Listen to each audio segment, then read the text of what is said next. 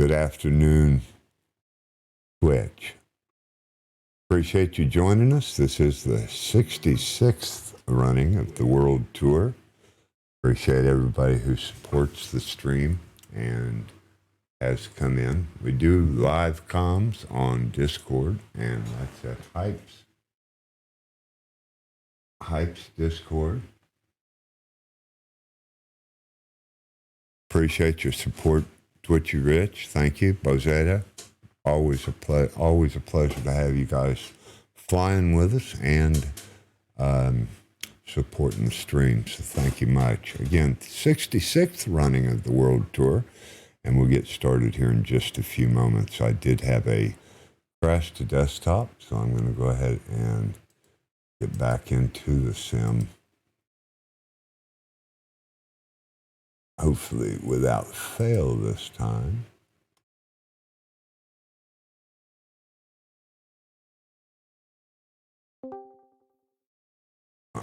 World.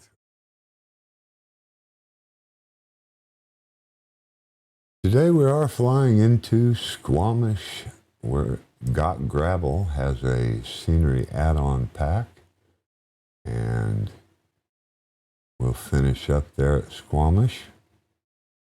I was trying to get my time right. Should be a good flight. Squamish, actually, I should say, Got Gravel has added an add-on pack for this airport, and training center, really all GA helicopters, all kinds of float aircraft. You want to bring your floats for this flight if you can, because Squamish has, I think, even has docks at Squamish. So should be a good ending to the flight. Good afternoon, Johnny Caput. Welcome. Really well. Doing really well today. Johnny, I'm not sure if you were a streamer or just a simmer. I remember your name probably from one of Scruffy Tam's flights, or, yeah, I think it was Scruffy's flight.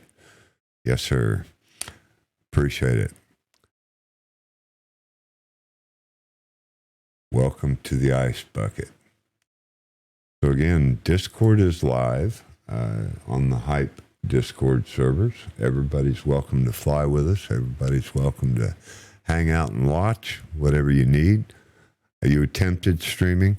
Hey, it took me 6 months to really get my frame rates and everything understood so that OBS would run smoothly. I did everything from buy another computer to pull my hair out at some points trying to stream, build a stream, and just failed miserably the first several months. Still do, really. One day these guys are going to make me a real streamer. So I am at the airport on the tarmac, and we're going to try to set this up real quick.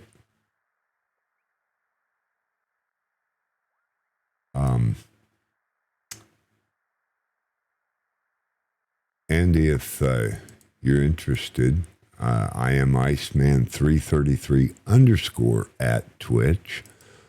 And you're welcome to come in and view there. Sometimes I do things in my setup that if you're unfamiliar with the helicopter, you might enjoy seeing. I take friends of mine through this every now and again. Oh, wow, I didn't know it could do that. Absolutely. And I love to show it off, yeah. Hey, Bozeda. Hello, Matt. How's it going? Good. How you doing? I'm fine. I'm heading to the runway. Roger. Joe Sosa in the Kit Fox. A sea hockey guy on the closed runway here. Randy, we probably get started here in just a few minutes when we find out everybody's on the tarmac ready to go. Yeah, I see Bozetta and Truck Matt, Dusty, Nova with us in the Kit Fox. So if everybody's here, I see Truck Matt on the closed runway. You gonna take off there, or are you taxiing? I'm taxiing right now. I'm going on 15 takeoff. Roger that. So again, we're in Canada. Bozetta, do you have the airport handy? That Prince George is all I know off the top of my head. you mean the ICO code? Yes, sir.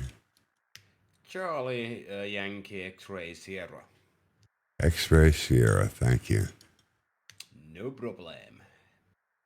Yeah, impossible for me to even do that. I mean, I could find, but not while I'm trying to land. So we got a car on the closed runway. And we have a number for him. I have a number for him. I'm not sure if he just landed there or not. Where's Dusty? Is Dusty in the Discord? I sure am, sir. You ready to fly with us, buddy? I am. I'm just All right. tooling around this airport, taking a look at the scenery. I see you in motion now. I wasn't sure of the distance. Thank you. So if we're ready, I'm not ready. I forgot the most important thing in my cockpit setup. I don't know where I'm going, man.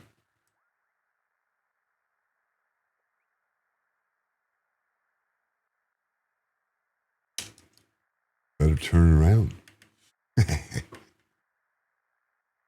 Better turn around.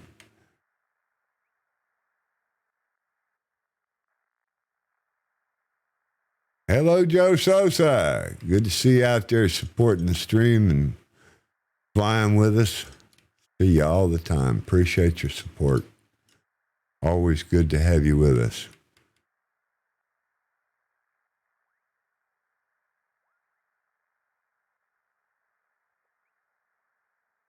So without further ado, get on the flight plan.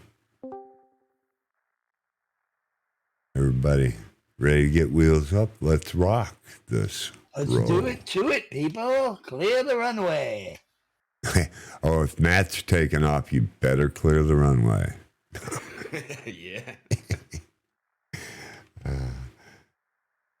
We fun with each other a lot. I love every one of you guys. I can do that because I crash more than any of you.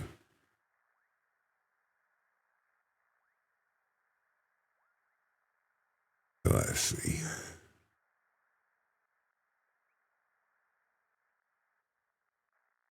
Uh-oh.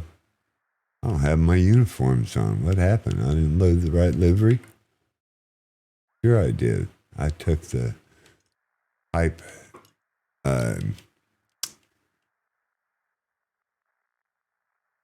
crew, though. So my uniforms aren't right.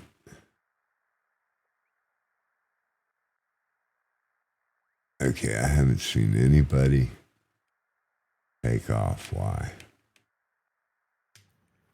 I just saw Matt taking off. Yep, and take it off. I got Matt wheels up, headed straight for me. I'm gonna duck under. Hockey guy, airborne in the Vertigo. I love to see that Vertigo flying with us every time, guys. Chaos Supreme. Okay, Jack flying with us today. Captain Knock with us. Knock will probably come into the Discord later if he's not already here, and I don't mean to ignore anybody's presence. Oh, that wasn't Captain Knock, that was Chaos. Supreme. Okay. Yeah, that's me. That's Mr. Mina. Yeah.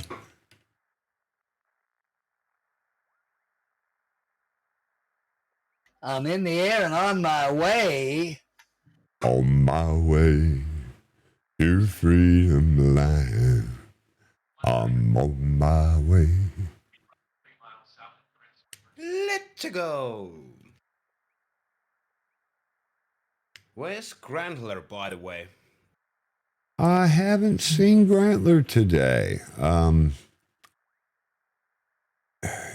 I have no clue. He didn't tell me he wasn't gonna make it. Unless I've missed a DM from him, which is, possible for sure. Well, let's just hope he makes it today. He may be rather upset with me about last week's flight. I hope not. I feel like I let him down. You mean the Fun Day Sunday? Yeah, I think I messed that plan up Oh, real well for him. So I hope he's not too angry with me.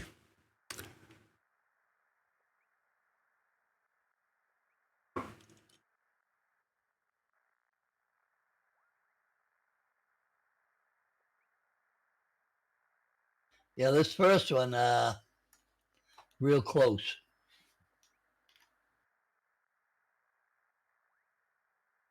yeah, like 48 miles. Yeah, it's like a touch and Uh-oh.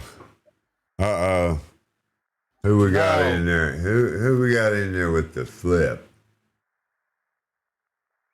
I don't even see it. I got to get some altitude. Who was it? Oh, what happened here? How come I don't see it? Johnny Caput. Did Johnny do that? Looks like. I'll be darned. It did not come across my stream, or my screen at all. And now I'm distracted. So we'll get some speed up and do a flip in the H145. They say it can't be done. I'm here to tell you it can. Even in cloudy,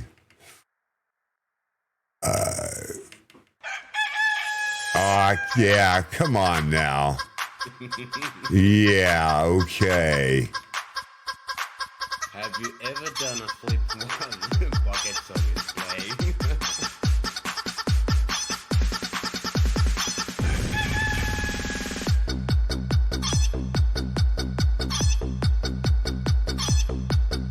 I don't have my hat though, see? Oh, we almost got two flips. Almost over speed and took out two flips. So on that note, since Grantler is not here to do this, I will. Little IFR, since you made me do a flip.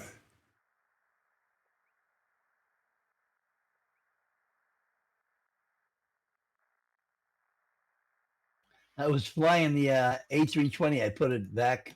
I took it all out and put it all back in the fly-by-wire. And I'm just about ready to taxi, and the whole damn thing crashed. Oh. Did you fire it back up? A lot of times, the first time you load an aircraft, Matt, it will crash on you. Or it won't load in, or it takes a long, long time, and you think it crashed. With the H-145, I mean, it took a long time because it's a 4 gig aircraft, Well, you know what happened? I was sitting there, ready to taxi, and all of a sudden the airplane just shut down. It was like everything went dead. I said, okay. Yeah, I got it. I got it, Johnny.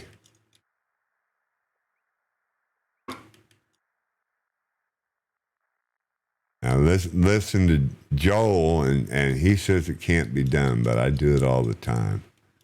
Every now and again, I'll lose it, or I won't get enough altitude.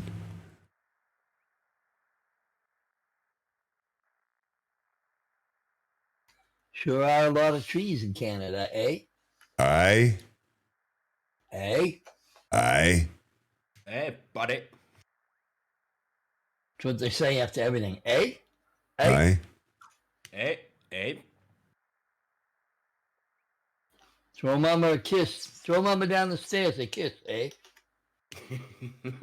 Aye. Aye. Throw mama from the train a kiss. Eh? There's only a small portion of the country that speaks French. That's over by Quebec. Oh. A few years ago, they tried to break away. Quebec? Yeah, Oh, okay. trying to break away Quebec. The teachers I had in elementary school were trained in Quebec. Wow. Oh, were they? Yeah, they were the Sisters of Charity of Halifax. There we go. Catholic nuns. There we go. Rah. Yeah, baby. That's a lot of fun. Ouch. Oh, careful. I got a friend who lives over in Vancouver. We're going to fly into Vancouver tomorrow. Or no, yeah.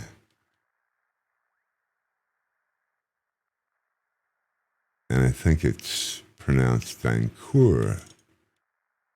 Well, they pronounce it Vancouver. Is it? Okay. Yeah, that's how the guy I know.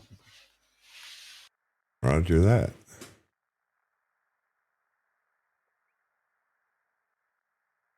So I must have real weather on, and it has gotten a little bit foggy or low flying. I got real weather. It's just kind of dark clouds above on the right-hand side, and there's all white puffy ones on the left. Yeah.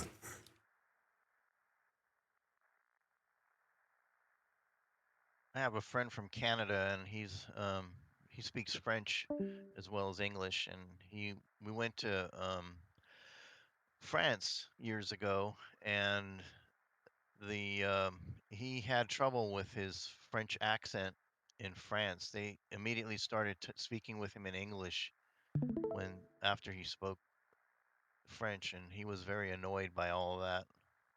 Ooh. Yeah, it's a different dialect of French, I think. Yes. It's like Persian. So I do want to welcome and thank C.K. Cannon for joining the stream and supporting. Johnny Kaput. Lily Tuff, welcome back. Sega Dream and Never Trust. Might keep an eye on Never Trust. Twitchy Rich, appreciate you flying along with us and supporting the stream. Needless to say, Bozeta Boy, Chris Lowe in the house on the stream. Thank you, Chris, for that. Hello, Chris. Bit of moderation. Thank you, sir. Do join us on the Discord at Hype for live comms. And if you're unable to hang out on the Twitch, you may find someone streaming on the Discord as well. How we doing today, Chris?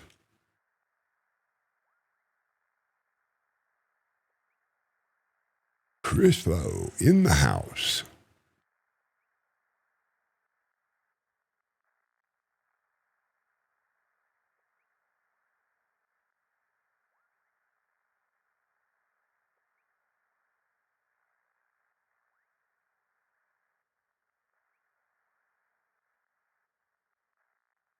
More hype.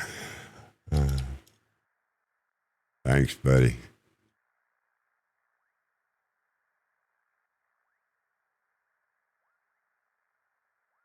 Let's see what I got for speed. Yeah, I can do that. And I think I'll go ahead and do that also. Bring up the speed a little bit. Since everybody's in front of me.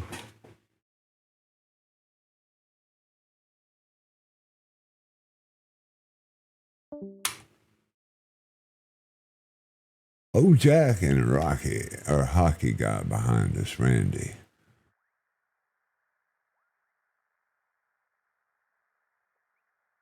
What do we got there?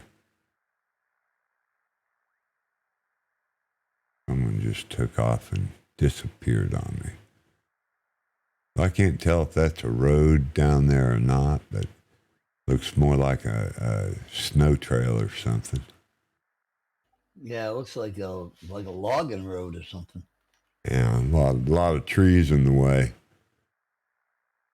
I was watching a documentary on a particular area in Alaska and seeing how the linemen had to use helicopters to set up all of the connections from one plant so that a plant almost 100 miles away would be able to connect to it and receive electricity. It was a pretty neat documentary. It took several years to do.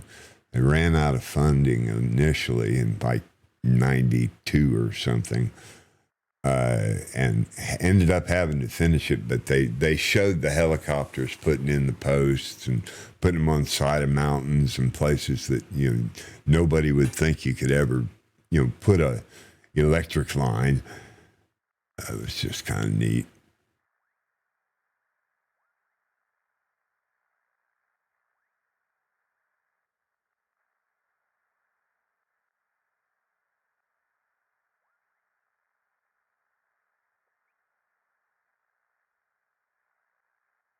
Yeah, Maine had some problems. One winter, the lines all got ice on them and froze, and the weight just tore the lines down. And the government said, "All right, that's enough.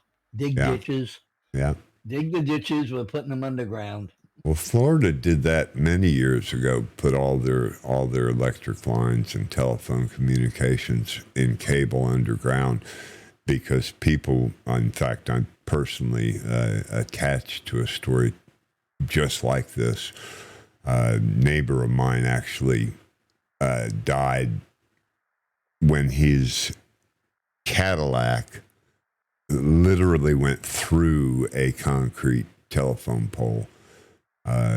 Florida has changed that. In most locations, there are no telephone poles anymore. Some street lights, but very few. Most of them are in residential areas. Everything was put underground for a lot of different reasons.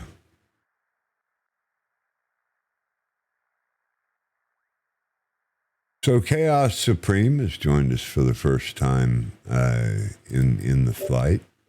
And we hope he'll come back and fly with us again. Yep. Yep, I definitely will.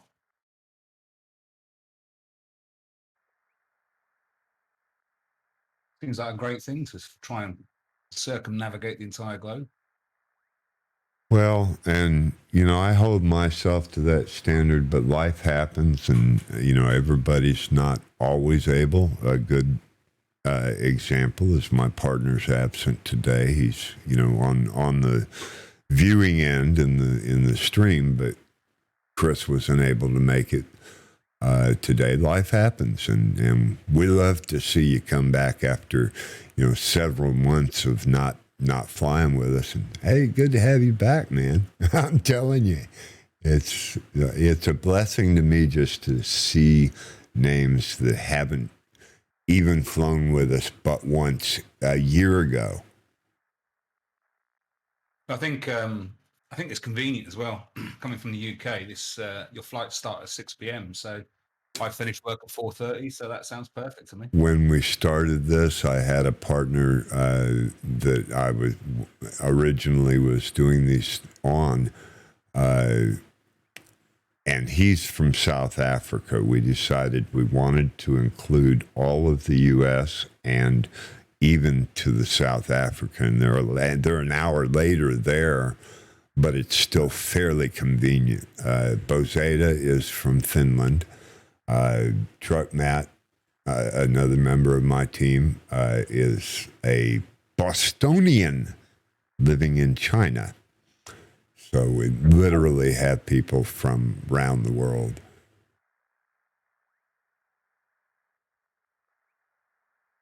I still find it amazing that we're able to do this. You've got people all over the world flying together across a virtually modeled world. It's amazing. In places they would never be able to go to in real life without the sim. That's what gets me is, a lot of these places, like we flew Germany and we flew Finland one flight, and Bozeta told us all about, the area. And a lot of times we'll have people, fly in your area, tell us about it. We love it. That's what these are all about. Thanks, Chris. Thank you very much.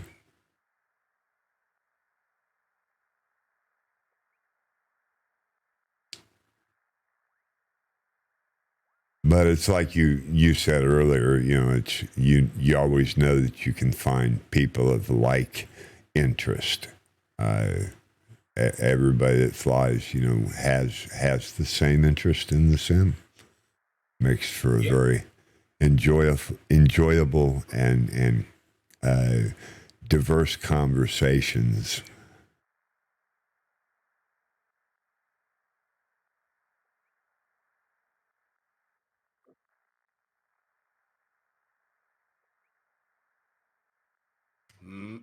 Matt, I lost you in the sim. I'm here. I'm going to do a touch and go on this airport. Roger. Well, you didn't touch hard, did you? Haven't touched down yet at all. Because I still see you, but if Bozeta doesn't, sometimes your signal shows sooner on his screen. We've done that before where we'll crash and somebody say, man, you just disappeared. And I'll say, oh, man, I was hoping you wouldn't say that. I really wanted it to bounce back.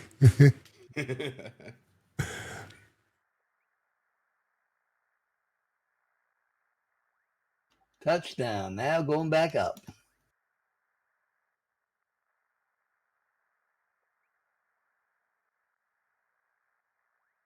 So if you have just joined the Twitch stream and you want to fly with us, we're currently, Overhead Ben, welcome back. We're currently flying past Charlie Yankee Quebec Z or Zulu. It's Charlie Yankee Quebec Zulu. Thank you very much. Appreciate it. I lowered them prices for just about all of that, Chris. I think you'll find it much more user-friendly. I've also figured out the points system. We can talk about it later. I've already talked about it on stream if you missed it. I think I understand why the points are going someplace else. I get it now. Oh, why am I at 100%? Oh, not even watching the stream here. 75.66 is much better.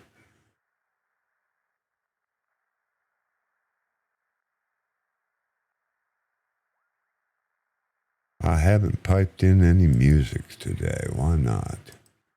Enjoy a little blues. Peter Crosby and Company.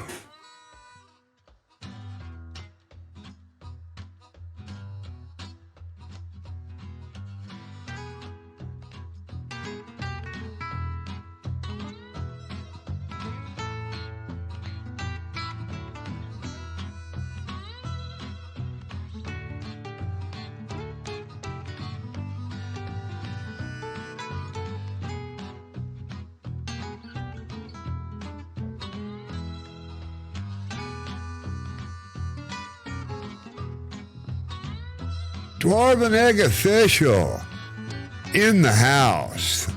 Appreciate you coming in, Dwarven. Hey, Chris, can we shout Dwarven Egg Official out, please? If you're available.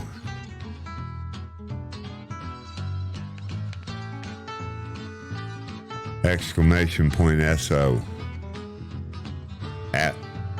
Dwarven Egg Official. You got to put the apparatus fan in there.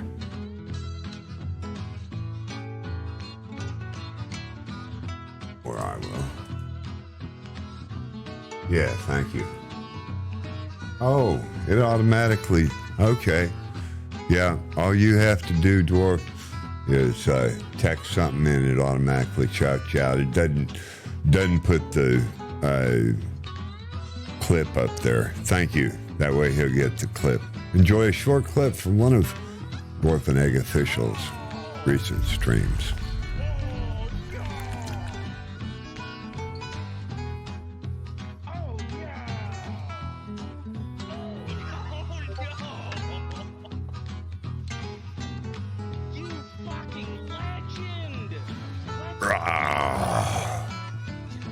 Where's my beeper? Dwarven Egg.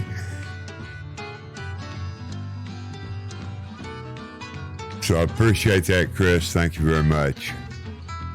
The automatic, when he types a hello, it'll automatically shout him out, but it won't play the clip. That has to be done manual, like you did. Thank you. Dwarven Egg Official is what I'm sure he would call a small streamer. I consider him quite a bit larger than mine. Has a much larger following, but we're climbing up on you, Dwarf. Appreciate your support. Definitely. Always appreciate your support.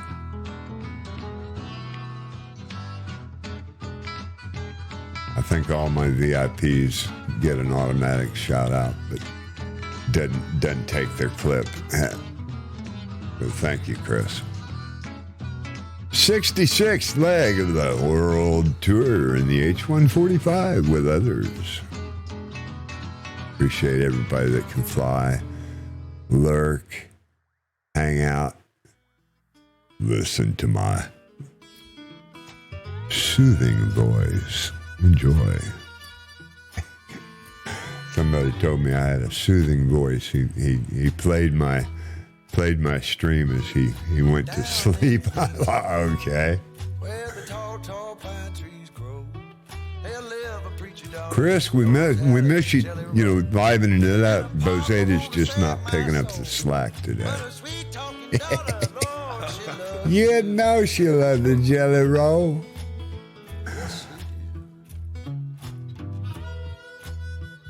Yeah, You know, the reason Chris is not able to fly with us, he's still flying in Finland. Oh, he's still stuck in Finland on that. What was it? 14,000 mile flight. Yeah. Sent him on 1,400 or something. From Helsinki to Rovaniemi and back. San Antonio, come and get it while you can, for tomorrow I'll be gone.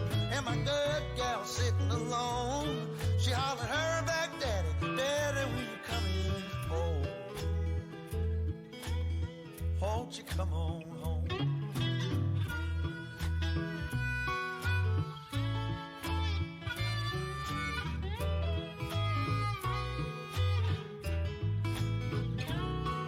Cowbell Cody back there picking it up.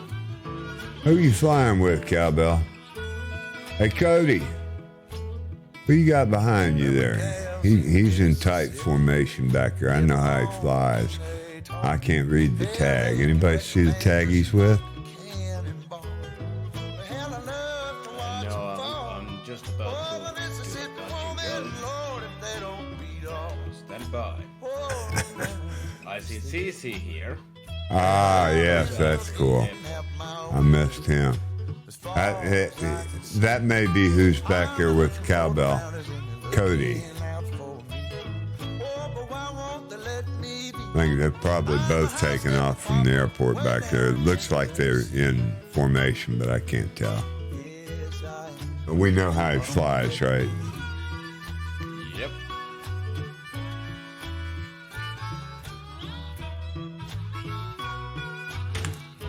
ZM4CO. I'm not sure how to pronounce that, but ZM4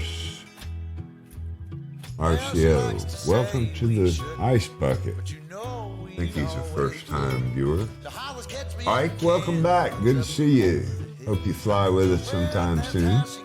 Erica, welcome back. Good grief. Danking around. Appreciate your support, all of you. Thank you very much. Always good to see you in the stream. Dusty, thank you. Keep looking back and seeing new names I haven't mentioned. Quacks, hello, hello. Somebody just flew in front of me. Looking the other way. Oh, they trying to tell me I need to land here. Somebody said, you're coming in awful hot. You're going to slow down? Thank you. Thank you very much. Good morning. Good morning. Appreciate your support, Dusty. Yeah. Nightshade Muse in the house. Hey, Chris, could you please shout out Nightshade? She has got a very cool stream. I believe it's probably adult, but lovely young lady. Very popular in the communities. Thanks for stopping in, Nightshade. I speak highly because I know some of the people that she mods for, and she's a very good mod. No, I'm just telling the truth, Nightshade. Hey, did you throw a shout out for Nightshade, Chris, before you go? I'm landing. There's no way I'll be able to get it till I crash down. Thank you much. Appreciate you coming in, Chris. Thanks a lot. All of your support is always very well appreciated. Very much appreciated. Have a great day, Chris. Okay, I'm headed down very quickly in rotor blade stall. Now, come on now. I got activity in the... Thank you.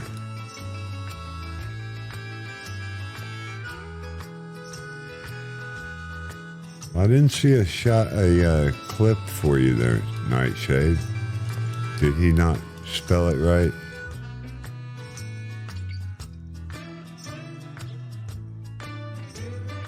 I think he did. I can't. But welcome. I appreciate your support for sure. Means a lot. Especially big streamers like you. Just really means a lot to me. Thank you. Always welcome to the Ice Bucket. Anytime. That's cool. That's cool. All I can do is try. You know, I got your best interest in mind.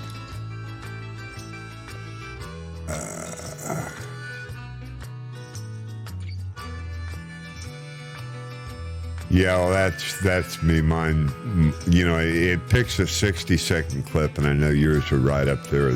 So if it couldn't find under 60 second, it may not pull it out. That's cool. You know, we love you. Appreciate the support for sure. So let's see, where are we? Anybody know? Oops. Oh, Canada, eh? Yeah, eh? I just told Discord to do something I didn't want it to. Currently at Charlie Yankee X-Ray Sierra, Prince George. Is that right? So no, Quincy Zulu. It just didn't make it because it's only Charlie a third Yankee, of a mile. Quebec Zulu. Yep, Quebec Zulu. Thank you, Truck Matt. And we're headed to Whiskey Lima. I'm going to activate that leg because it was showing that I was 0.3 miles from it because I am not needing a runway. And that's where my confusion went. So we're 53 miles to Charlie Yankee Whiskey Lima.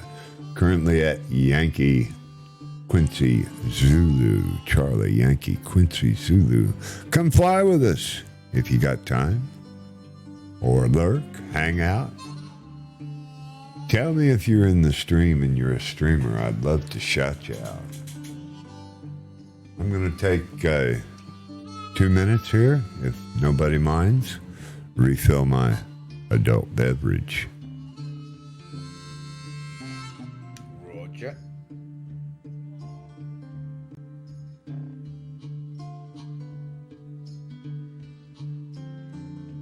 So were you on strike, Bozela?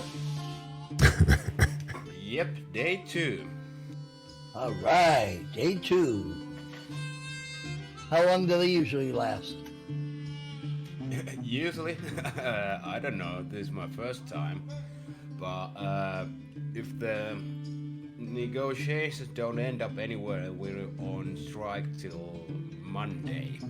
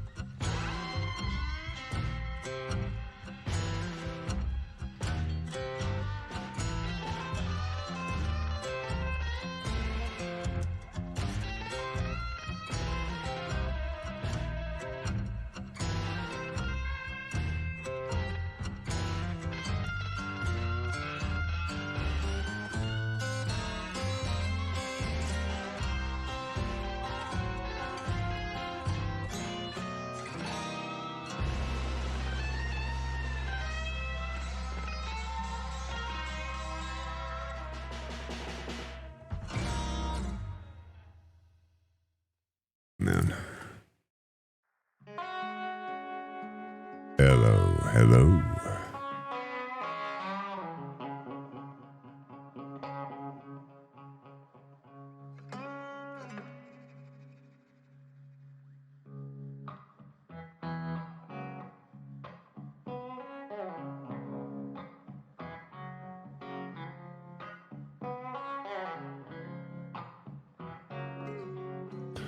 Yeah, I was having a bad frame right there.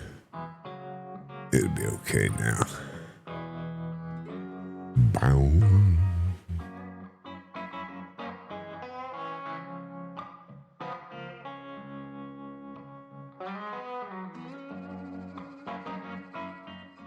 A bunch of fixed wings today. Bozeta in the Cub, a D-17, a C-172 Cessna, Joe Sosa in the Kit Fox,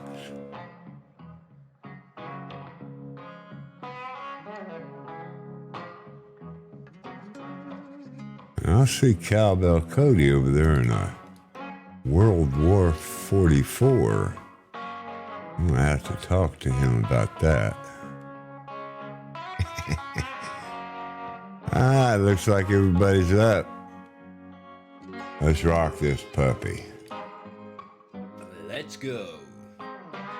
You are headed to Williams Lake Yes, in Lee. Vancouver. That's correct. It's actually not in Vancouver, north of Vancouver. Yeah. Okay, Vancouver. and it's north of Vancouver. Squamish is just north of Vancouver. We're definitely headed straight for Vancouver. And we'll fly into that on tomorrow's flight. Going to be several flights that are going to be really pretty good on the world tour coming up. Going to see the Boneyard at Tucson.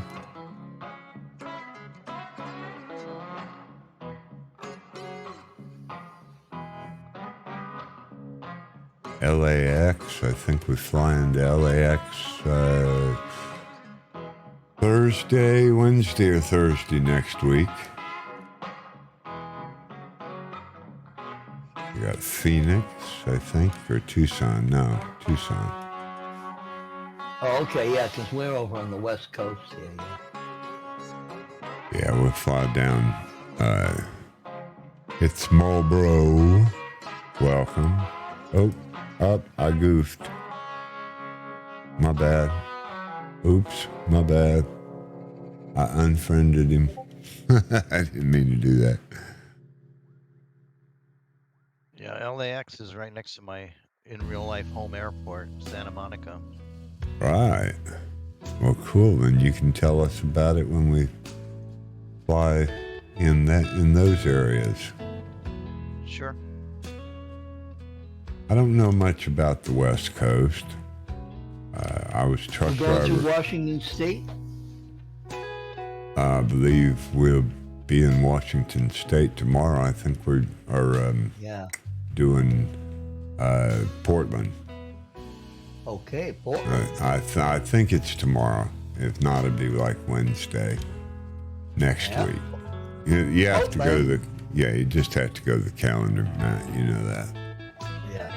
I got most of the month posted. I messed up on the last one or somewhere along the line and had to adjust. That's why today's flight says fixed in its title. So, because I had to delete the other one, I couldn't rename it the same name, and what a hassle. So I had to readjust all of them to match the right day of the week. And the last one hasn't been planned yet. I have it, but I haven't posted it. What I need is to know what we want to fly for the Sunday flights. So I need everybody to come and talk to me about what we want to do for Sunday flights. But now we're missing Grantler today, so he must have told me he wasn't going to be here. I just missed it somewhere. At least I hope that's the case. Yeah, where's Sandra? He wasn't able to make it. He's got work obligations today. He was and is or is viewing in the Twitch stream. I think he's gone from it now too. So, but he'll be back with us at least in spirit, viewing the Twitch stream until he can fly again, probably next week. Chicken dance already. I'm sorry? We're going to hear the chicken dance already. Well, I've lowered the prices on all that stuff.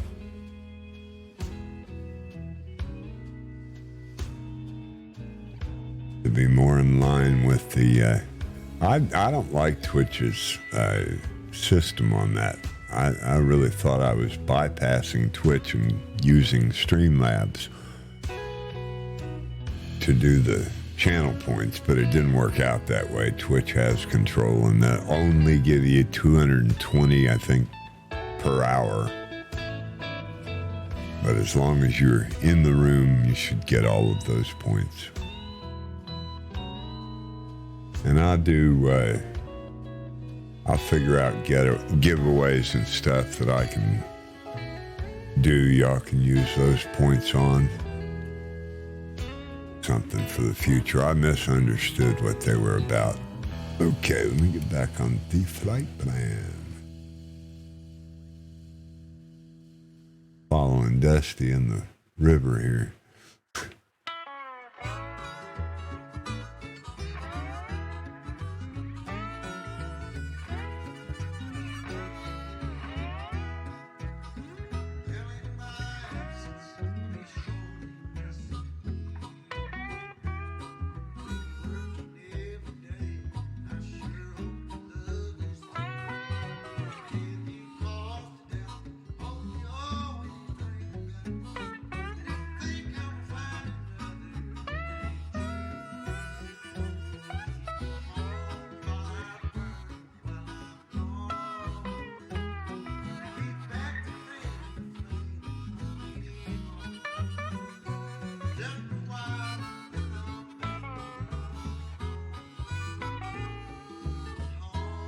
My way back home.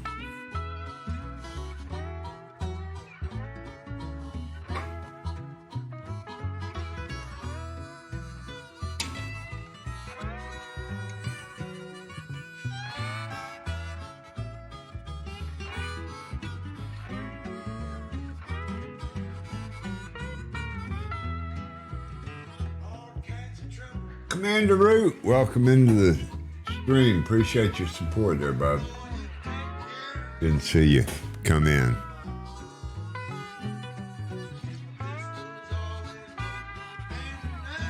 Well, the fixed wings, there's turnoff was halfway down the runway. It's kind of a narrow turnoff.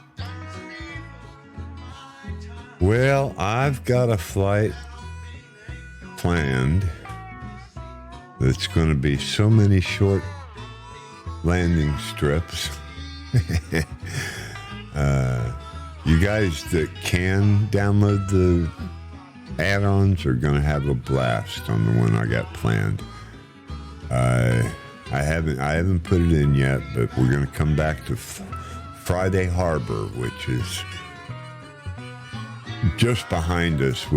I think we're it's between here and Vancouver, and we'll fly over it, but we're really not going to pay a lot of attention to it. I've planned a flight just for the add-on pack, and there's literally 20 airports in Friday Harbor. Yeah, there's like can't think of the. Have you got the add-on, Matt? No, I don't think so. But Yeah, I can't think of the military. Whidbey Island. Yep. This includes that. That's the military. Right in that immediate area. There's a bunch of islands right there, and Friday Harbor's there. But there's a bunch of really short grass strips mostly on small islands. And I've got about half of them planned in there's probably 20 or 30, I don't even know. But I got about half of them planned for a flight. I just haven't decided exactly what we're going to do with it. This hockey guy, that area is very well represented from a bunch of add-ons, free add-ons. Well, there's one in particular, one developer in particular has created like, I don't know, 15 or 20 in his pack alone. And it's one simple download. I figured we'd fly those islands. I made a little flight plan for it. Problem is we do have console flyers with us, and they won't be able to download that. So if it's only the add-on scenery, they're not going to have those airports. So I had to really include a little bit of both, so that we don't leave the console pilots out. A lot of traffic over here, cars going through each other.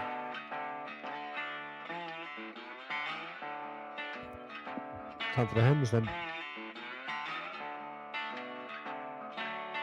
Well, that's the thing with the HEMS package. I shut all my AI traffic, down so that they don't interfere with the accident scene. Yeah, agreed.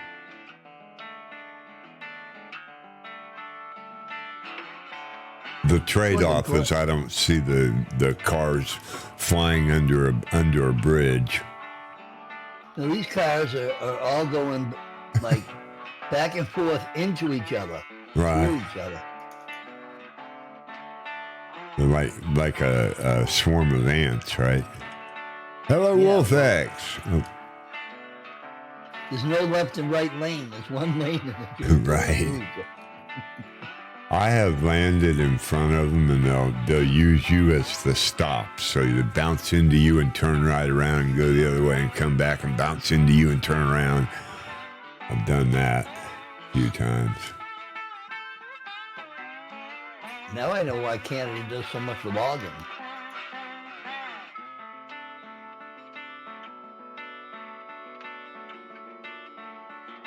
Say again? I said, now I know why Canada does so much logging. I'm just flying over trees. Oh, man. It was like that up in Maine, too. They would go into an area and just strip the hell out of it and leave a mess.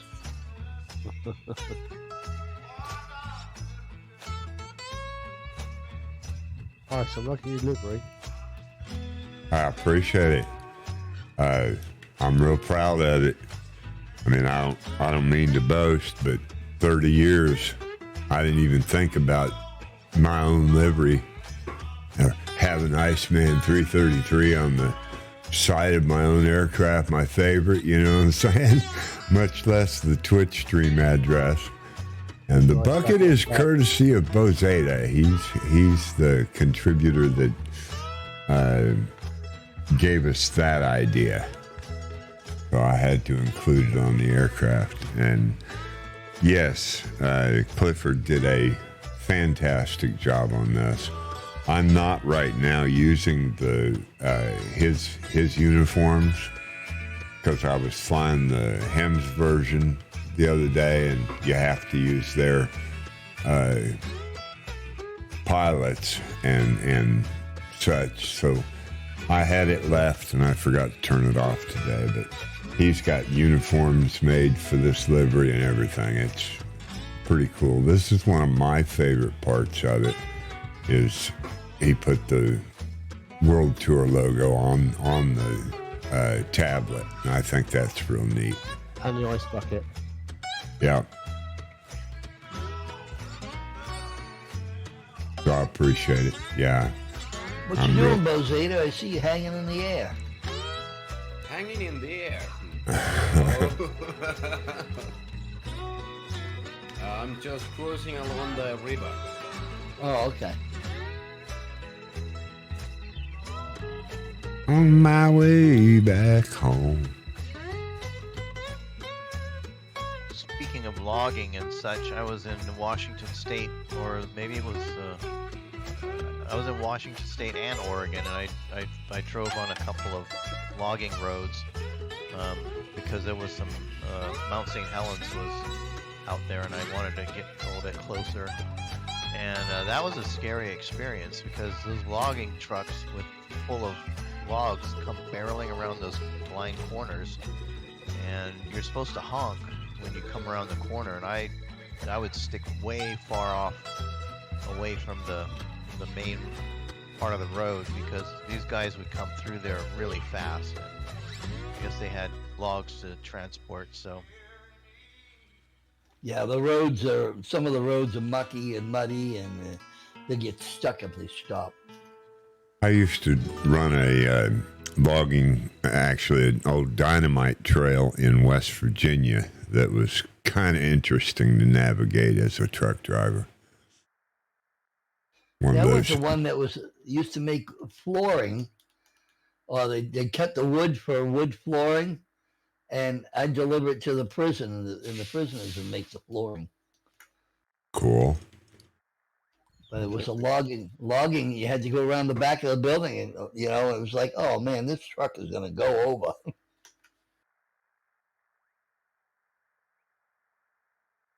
I used to live on a logging road, no logging road. It wasn't in use or anything. I bought the land and had an old logging road in it, and that's where I built my house. I put a new video on my Simply Simulator Discord. It's a full documentary on the H-145. If anybody's interested in the helicopter, I highly recommend it. It's about an hour and a half long documentary, but it shows how they make the, what do they call it, carbon fiber composite blades, right down to wiring the aircraft and transferring it to the medical industry who puts the HEMS equipment in it as well. It tells you super informative. The seats in this thing are $10,000 a piece because they have to be able to be cleaned up, from medical accidents. It was a very interesting video if anybody is interested. Where can I find that? That's on my... Judging by the way I'm flying, it's not just medical accidents; it might actually be trouser accidents as well. Yeah, and it goes into all of that as far as tells you like I said, it goes by euros, but it tells you what the cost of creating it. They do the aircraft in a matter of, I think they said 5 weeks time. From start till first flight. I think that's pretty amazing. So where can I find that, guys? That's on my server, Simply Simulator. You should have a link to it if you've got the information off the calendar. There's a link to it in the flight sim calendar on my post. Thank you. I'll take a look later. Thank you. You bet. As far as the helicopter, I've got a helicopter training center in there. The documentary that you'll find that I'm talking about is actually in H-145 training. If you first land on my Discord, don't be discouraged by not being able to see everything. As soon as I see you there, I'll upgrade your role so that you can have access to the site. I just have to make sure for everybody's safety, that I know it's not a bot that's coming in and things like that. Yeah, thanks. Yeah, but the music's dead. Let's have some more. That's not what I wanted. Oh, let's do some violin.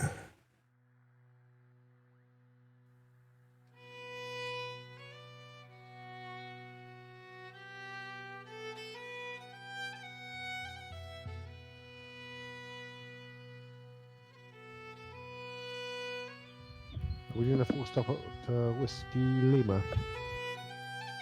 Probably will, yeah. We're going to have a lot we can do at Sierra Echo. That's right. At Squamish. Yep. Yeah, Sierra Echo. So we won't want to spend a great deal of time, but yeah, I figured we'd go ahead and stop here so everybody can regroup and we can all, get to the training center about the same time, I hope.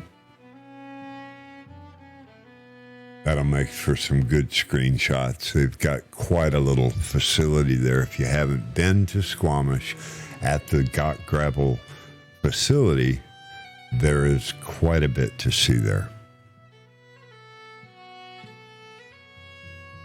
It is a stall academy, so fixed wings are absolutely welcome. There's a landing pad there that's got markers and a observation deck and just all kinds of things to do.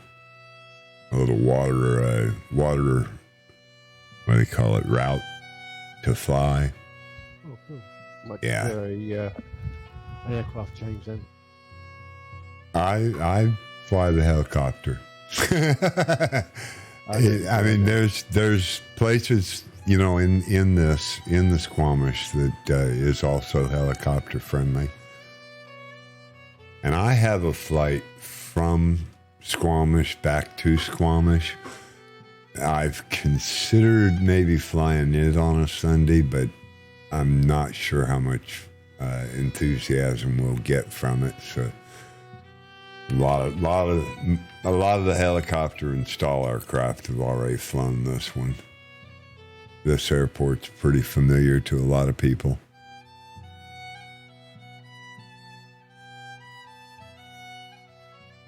A lot of dark cloud back there. Yep. Are you still waiting there, Matt? Yeah, I'm still sitting here. Yeah, whoever's back there with Cody, he's not moving there. Landed somewhere. I see Bozada. What's that, boy? CCC. CC just disappeared. Uh-oh. Still here, bud. I see both of them. I see you and CC. There's CC again. Just like magic, I just disappear. Just like There it is. magic. See, I get that. I get that warning. Connection lost. Please ensure you have an active internet connection. Oh, man. And then I get this successfully connected, And nothing's changed, has it? That's an anomaly in Osobo. Just ignore it. Another one. You mean Osobo's got anomalies? No, man, there's no bugs in this software. It's ready for release. Guys, it's a future. Yes. But they could have told us it was beta. I mean, I would have been happy to participate in the beta. Thing is, they ran the beta and then called the alpha a beta and gave us the beta to tell them what was wrong with it. Now they're working on it. So, oh well. I just wish they'd told me I was participating in the beta version. Yeah, I would have liked a paycheck. No, beta doesn't get paid. You don't get paid for beta. I mean, I never have. I've been beta for Firefox since they were Netscape. Netscape, that's an old name. How about AOL? I had AOL at the same time I downloaded Prodigy. Anybody remember Prodigy? Nope. That was the predecessor to AOL. The actually competitor. I got my first computer in '95. I got So 80, excited. 88. My first yeah. was like 88, and I couldn't get it do anything but make pretty colors. Oh, you I didn't get the ping pong game? No, I downloaded Kaleidoscope, and Kaleidoscope had a feature in it. Every now and again, it'd show the American flag, and all kinds of sparks would come from it, like fireworks. It was pretty cool. I remember the boop, boop, boop. It was just a tennis game, you know. Pong. Ping pong. Yeah, you're talking about Pong. Yep, Yeah, Pong. whatever it was. Yep.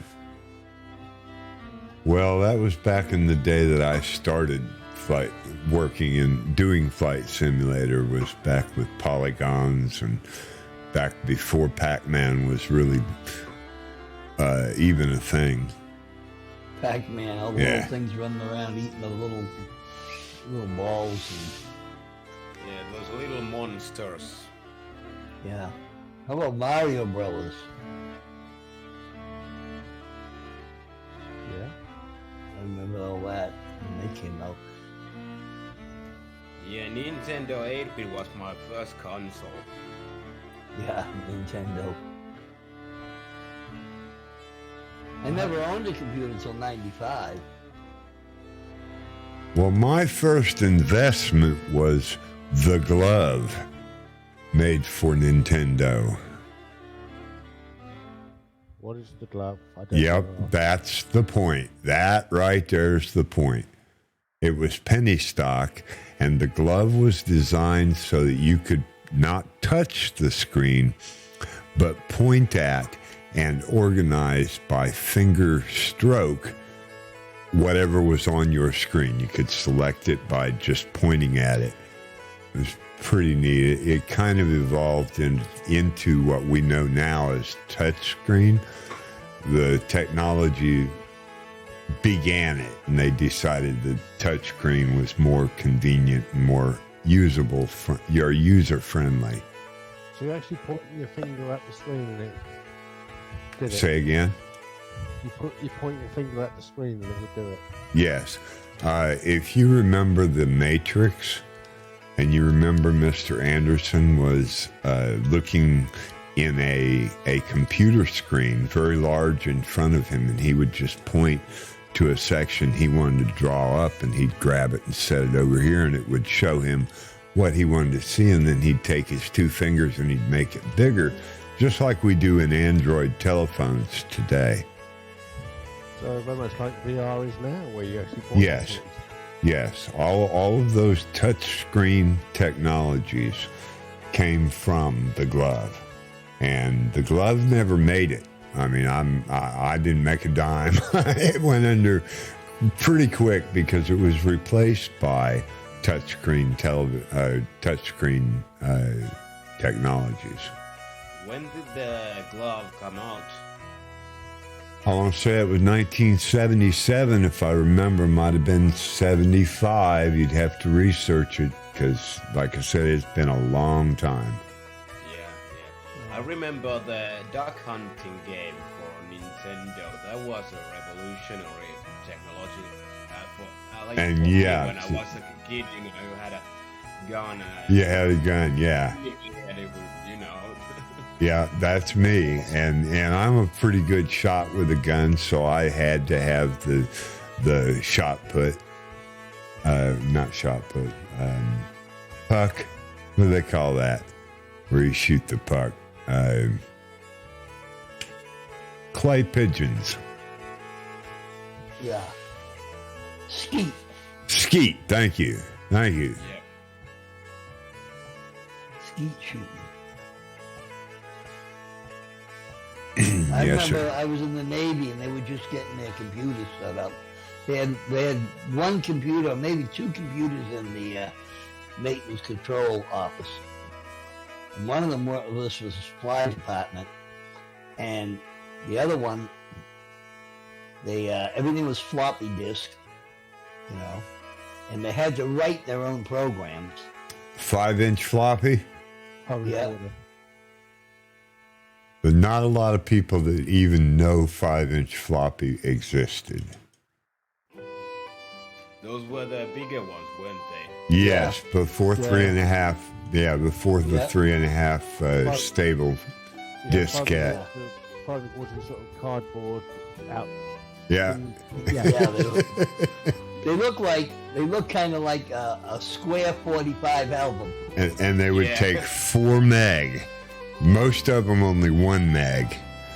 Yeah. Hello, Dave Rendon. Good afternoon and welcome back to the Ice Bucket. Dave is a big-time streamer also, has been in the community. Let me shout him out. We'll get a recent clip from Dave Rendon. If y'all aren't following Dave, everybody ought to be. Enjoy a short clip from his recent stream. Yeah, these guys had to write their own programs. We wrote, one guy wrote a whole maintenance program because we had to keep track of flight hours. We had to keep track of maintenance hours, what type of maintenance they were doing, and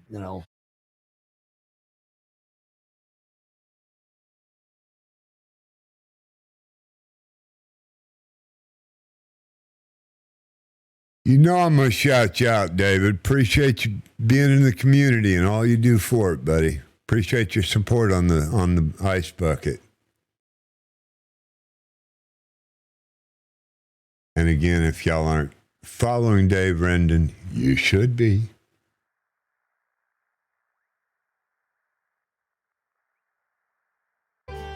Sorry to interrupt there, Shark Matt. it's all right. I remember they used to do everything but pen and paper. My first computer. Wait a was minute. Commodore Pen and paper? Is that like a coloring book and crayon? What do you do with pen and paper, Matt? We used to write everything out. 5 copies. Everything was, Right. together, and had You- 5 copies of the paper. You mean like type, right? Typewrite. No, you had to hand write all this stuff out. How would you do that? It was all carbon copies. You said with a pen? Do you Yeah. buy those at Walmart? Yeah, Wow, man. we bought them at ServMart. Are they right next to the cell phones? Because I got a calculator on my cell phone. No. No, what? These were at ServMart to get them. Oh, You ever man. been to ServMart? I have. I have been Smart, yes. Where'd you go to ServMart at? Not sure. Maybe Texas. The ServMart is on the military bases. Okay, that's possible too. I did some contracting with through the Navy. Actually, I didn't contract it, but we built. I don't know if you're familiar with their training inside. They train inside a dark building. I mean, totally no light. They check the thing to make sure there's no light coming into this box. And then they project a wartime scenery on the screen, and they expect the soldier to react correctly to that scenario. We built those boxes for them and made them light clean. Yeah, ServMart was just a supply department. It was a building we used to go to about once or twice a week. Well, Get pens, I papers. have heard of them. I'm not Yeah. saying I'm sure that's where I heard of them, but it's possible. Are they? And they are Navy, right? Yeah. Yeah, we that would be where I would have heard of it. Yeah, you probably drop supplies off there and stuff like No, that. I'd say I went into the I'd say I Yeah. probably went into the BX while I was Yeah. on. Where was I? Norfolk. I want to say I was at Norfolk or just south of there. Boy, that's been a Norfolk. long time. Oceana. Now, what's the base name? Little Creek. That sounds familiar. Little Creek's a Navy base. That's Where? where they had a Where is down that? by. It's right down the road from Norfolk. In Virginia, yeah. Yeah. Hey, Iceman, That could don't be mean it, to yeah. interrupt. No, go ahead. Are you going to land here at CYWL or are you going on? I don't know. Did I pass it? I was just about to ask the same thing. Everyone else has landed. I see you just going on. There I go. Hey, flat me around, call me stupid. Feel Yeah, free to join us. You gotta treat me like a redheaded stepchild sometime. I get to talking, and who knows where I'm gonna land. You need a co-pilot. I told you, my partner ain't with us. He'd have straightened me out long before I ever missed the airport. You need that FS2.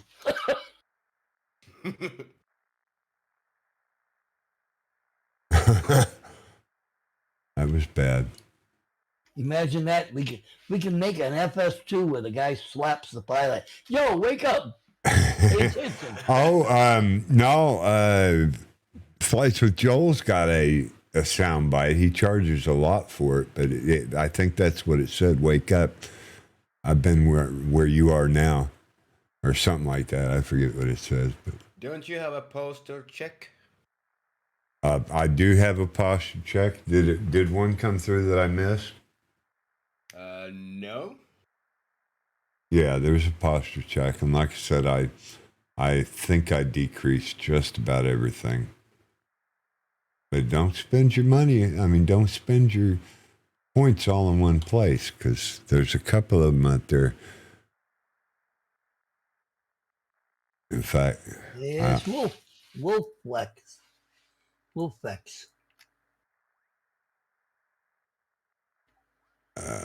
let's see here. Blurps. Yeah, I seen a pilot do that one time. We were flying someplace, and there was one of the young pilots being trained, and he said, and I was sitting what we call the radar unit. I was sitting on the back behind the pilot, and you couldn't talk when you were sitting there because they couldn't hear. So we're just sitting there, and he said to the pilot, he said, "Watch what you're doing there." He said, "Look at your speed." He said, "Watch what you're doing. Look at your speed." Next thing you hear is slap. I told you, watch your speed. Right. Now. Right. And then I got up and I walked out of the flight station. I walked out, and I didn't say anything to anybody. I just walked out, went and sat down. And the CO come up to me and he says, "Sorry you had to see that." He said, "Did you say anything?" I said, "No. I went right from there to here." And it was a little cubby hole I was sitting in. I said, "I went right from here to there to here. I didn't say anything to anybody." He said, "Okay." Yeah, I feel bad now because the 135 is flying with us, and I because of that CTD, I unloaded all of my extra aircraft, so I see him as a bonanza. Now I feel bad. I knew there'd be at least a 135 flying with us. I should have known better. I just didn't want to take any chances. Anything would be crashing it, whatever it was. Okay. And we'll slam down here. Strut mat on one end. I'm moving. Yeah, I'm looking to see if I got a fuel island over here. Right around where I'm parked. Yep, there it is right there. I'm headed There over he here. fueled up. I took mine off the fuel truck. Roger that.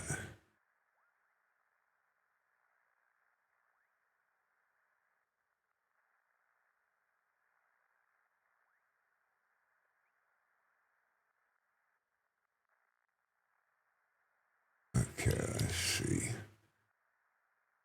What? There, okay. maybe. Yep. I had plenty of fuel. All right.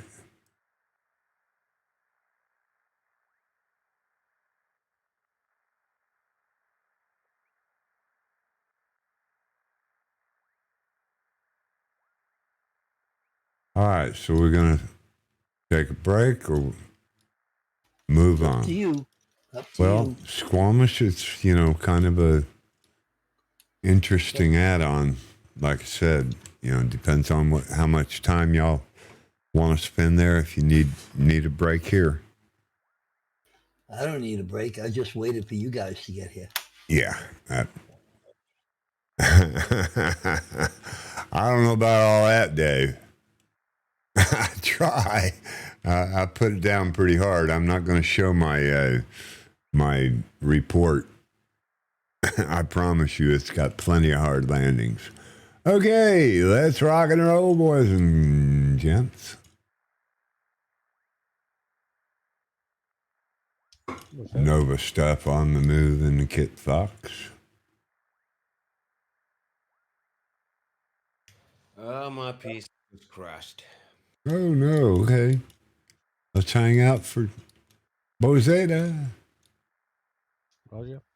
Yes, The we're not taking the a break. What's that?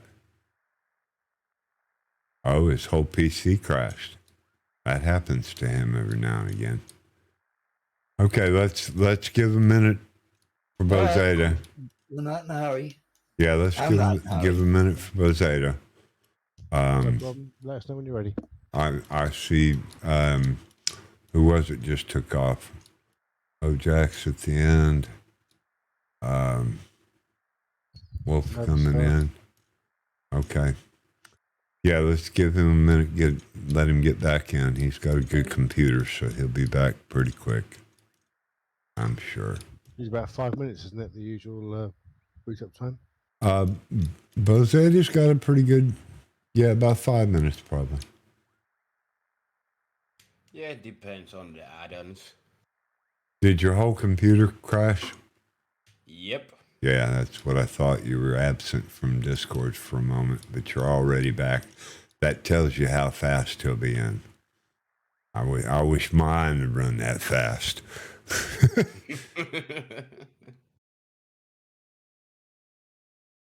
But Bozeta's going to will it to me, and I'm going to make sure Grantler takes care of Bozeta.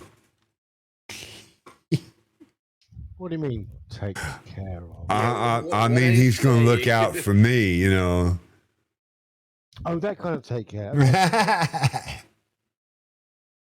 Well, Grantler's my only friend left. The Fixed Wing Alliance kind of was offended because I once or twice shot maybe a rocket or two around near them.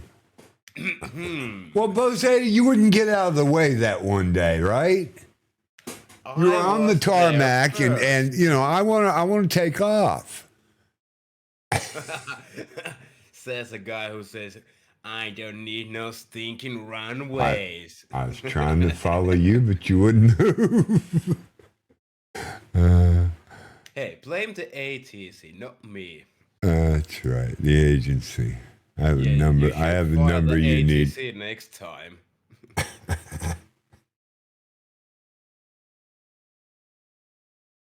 So let's see. Oh, it's moving very slow, which is okay.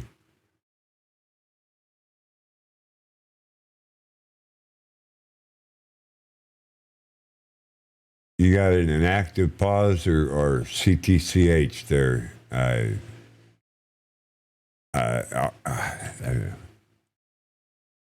Andy, I think. I am sitting on the cruise height. I'm just sitting there with an auto hold at the moment. Yes. Yeah, that one. Yeah.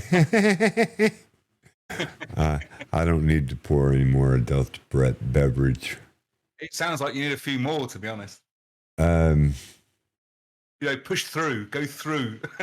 I should have ate before had lunch before the flight, and I knew that, but just couldn't think of Any anything. consolation, I'm joining you now. There you So go. cheers. Hey, right back to you.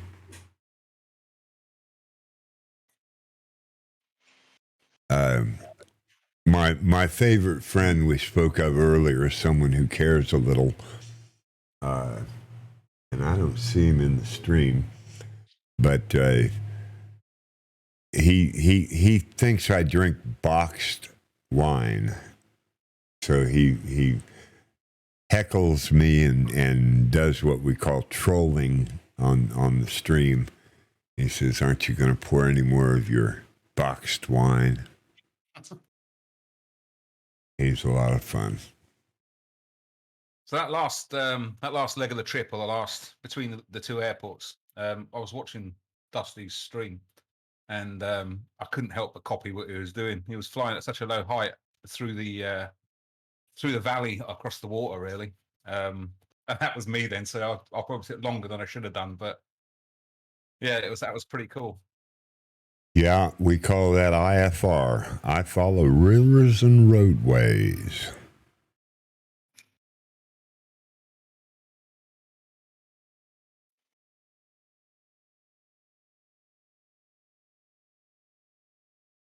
Wolfx cruising around. This helicopter's well worth the purchase price. It's brilliant. Absolutely. And, there's people that have complained right from the start, it's not even released yet. You haven't got full version 1 out. And what do you mean I got to pay $40? Yeah, man. I got news for you. It's worth every penny. I agree. It totally is. And, the customer service from High Performance Group is just phenomenal. You can suggest that it would be nice to have a HEMS version with a hoist on it, and they say, "Man, that's a lot of trouble. We're working on just getting the helicopter right now. No, we're not going to do all that." And then 6 months later, guess what? We got a HEMS version with a hoist on it, dude. That's cool. Yeah, it really is. It's fantastic. So cool. Yeah.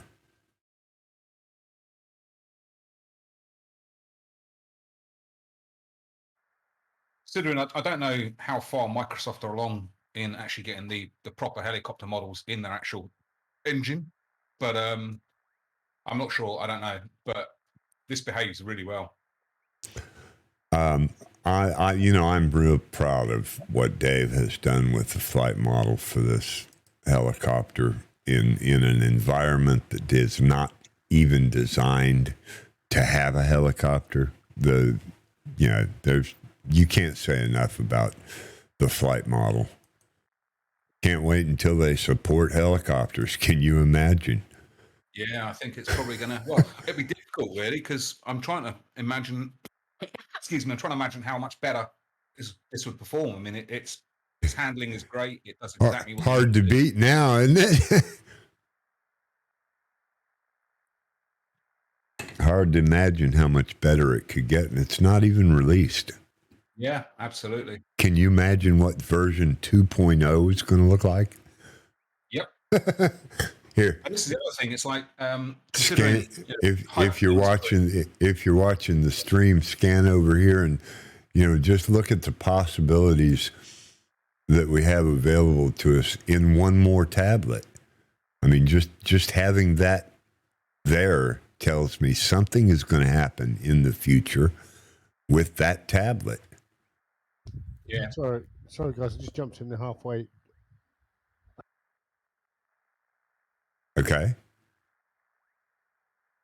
What have I missed? Oh, you haven't missed. We're down to, let's see. For some reason. CYWL is where they're landed at. Thank you. At Williams Lake, and we're going to Squamish. So I meant the conversation actually, ICE. Okay, what'd you miss? About the last 2 minutes. I don't know. You probably missed me gushing over the helicopter, to be honest, saying how good it is. Yeah, we were bragging on Dave's creation here. And it's really from input of the whole community. I say Dave creation, and he's the main developer, but the community has given him the understanding of what's wrong here and there and what's needed here and there, and has really made the H145 the quality product that it is today. Because I'm watching Dusty Barnes 969 on Twitter, and the video looks brilliant. Dusty, are you on Twitter? I better not be. I ain't live streaming nothing. Oh, okay. Just on Discord? Yeah, this is your flight. I don't stream on someone else's. Hey, that's fine. Do you have are you a streamer in Twitch, Dusty? No, I am not. I just make videos on YouTube. And on YouTube, I that's have a right. Twitter account, and that's about it. Roger. Okay, I knew it was something, and I hadn't shouted you out to Twitch, so I was confused as to why I thought you were a streamer. Sorry, Dusty, my bad. You're gonna get me to check my Twitter account here real quick, but it's hard to do while you're trying to fly this river. Yeah, no. Watch you fly it right now. You're doing a good job, buddy. Beak trims are fantastic once you figure out how to make them work. It really is. I insist on it. There's times, most of the time, I don't even use it because I'm on a flight plan. But if you're free flying, yeah, beep trim's the way to go. Landing, always. So, Dusty, tell me, you've got a display on your right-hand side, the red one. Where's that from? That's a GTN 750 premium version. But you get that, don't you? When you buy the H145, even the basic pack, you get that included. I think you get the basic pack, but I paid for the premium version because I don't like to keep coming out of the sim to reload a new flight plan. Right. So I went into the manual for the GTN 750. So it's easy to make a flight plan in SkyVector and then put it in a little nav map, export it to Microsoft 2020, and then move it over to the flight plan community folder and load it in as an import file. I need to make that video. I keep needing to tell myself to make that video and make it easy. Just out of interest, everyone seems to have cleared off from the airport. Are we on the way again, or? Yes, Roger. Roger. I guess so. Who the hell is Roger? I think Shirley. Don't call me Shirley. Roger is Shirley's sister. I'll catch up in a minute. Shirley is Roger's brother.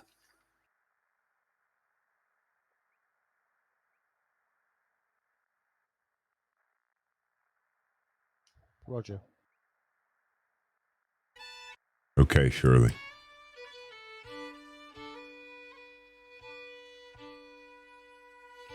All right, underway. Good to have you with us on the way. Who are you on the way? Who's on first? What's on second? Don't start that Costello rubbish, please. Cece. What's up with that, man? Oh, come on. You don't like Abbott and Costello? I love them.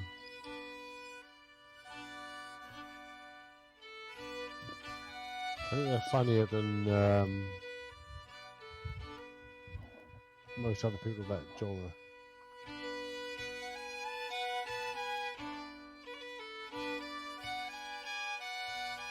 They were funnier than us doing a skit of them, right? Yeah, right. Somehow it got lost in translation. Like singing a song. Do you know who did that? Oh, yeah, the Eagles did that. Yeah, well, they did a lot better than you did. I get that a lot. Yeah, I agree.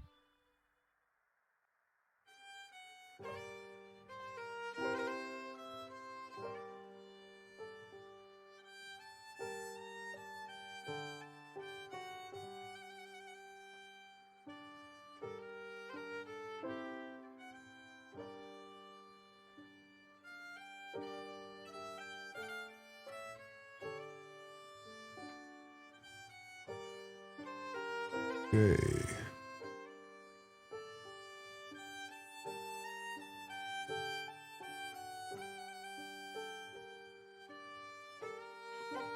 So this one's quite a long leg, isn't it? This one's 143 nautical miles. So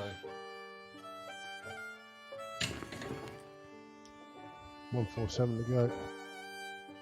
yeah. Ish. I'm 139, I'm sorry.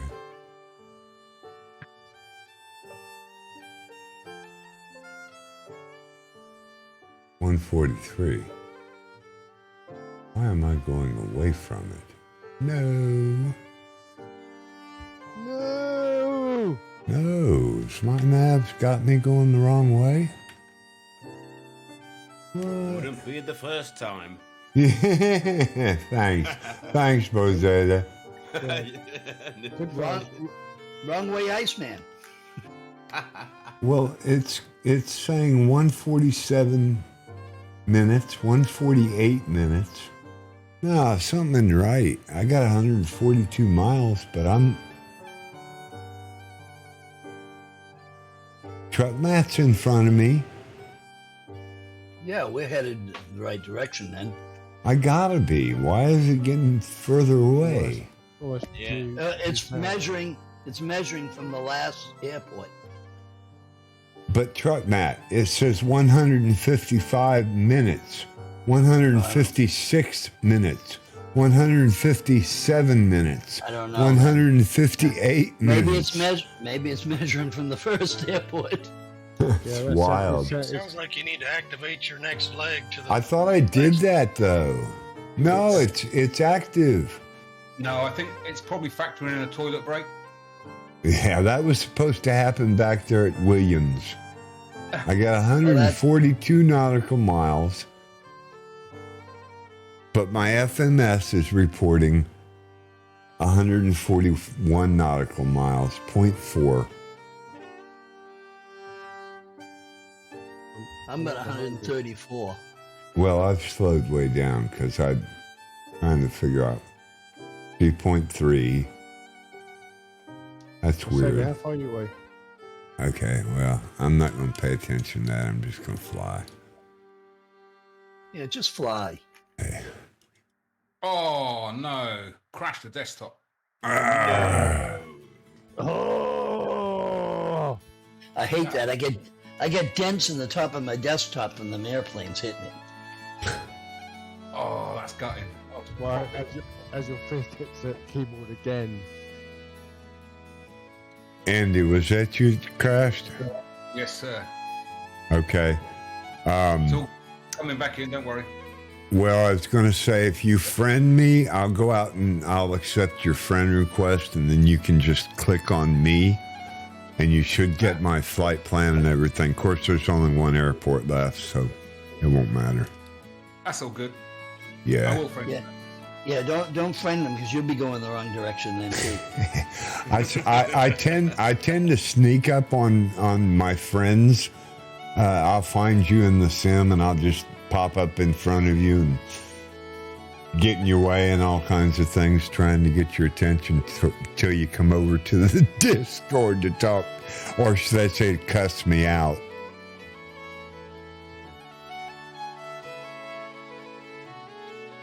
Oh, I'm losing all that flight time in the log, though, aren't I? Probably so. And a lot of people don't realize if you go into developer mode, you won't get credit for that time either. That's fair though, because that's just being dirty, isn't it? Yeah, you're cheating. I mean, basically. doing a workaround. Dirty. Yeah, filthy. Nah, come on, man. You know, sometimes you have to slew. I've got a feeling, I'm watching Dusty's stream, I've got a feeling he's trying to be subnautical here. Who's in the F-35? Get a bit lower, Dusty, you're too high up. I'm 100 feet above the water. Yeah, It's that's like- 100 feet. Get down to 10 foot, mate. I do that, but when I take a sharp turn, hairpin, Yeah. helicopter loses a little altitude. Yeah, you just got to remember to pull up a little. Yeah, I got my Pull floats up. out though. I don't want to. I got my floats armed. I don't want to have them to accidentally deploy when I put my rotor in the And water. you know, I did that yesterday on Joel's stream, and I could not find a place to pack them back in. I don't know why. It's No, somewhere look at there. What could I? Yeah, I think he's slipped. He'll have to put that back. I couldn't find it anywhere, so. Same here. I landed on a dock that wasn't a dock. And, that was it. Tighter. It's great to have it, but you know, at least the least you could do is give me a switch to put it back. The worst part of it is everybody's floats popped out when mine did.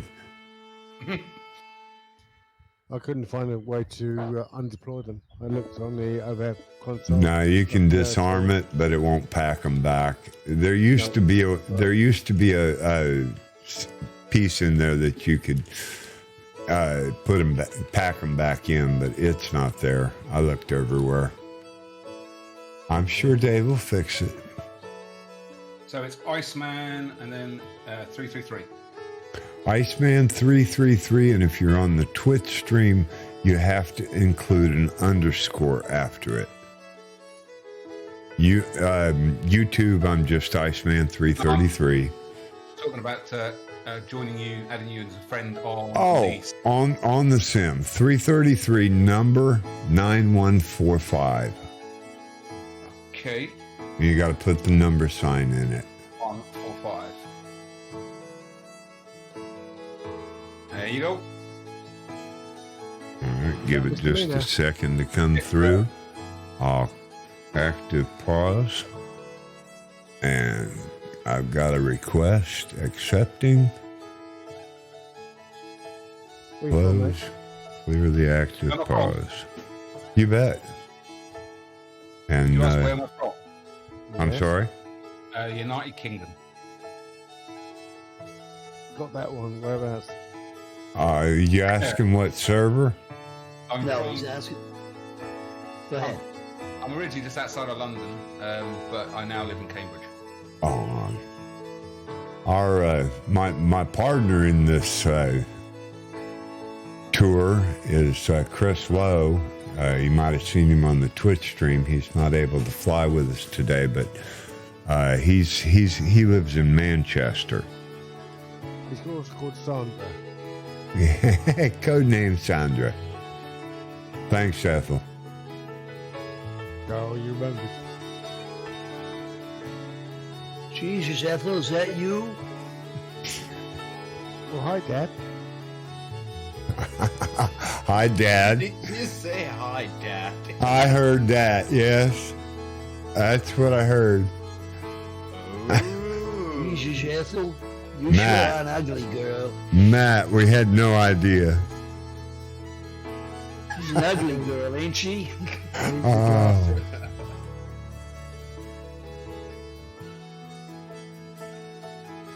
You dog.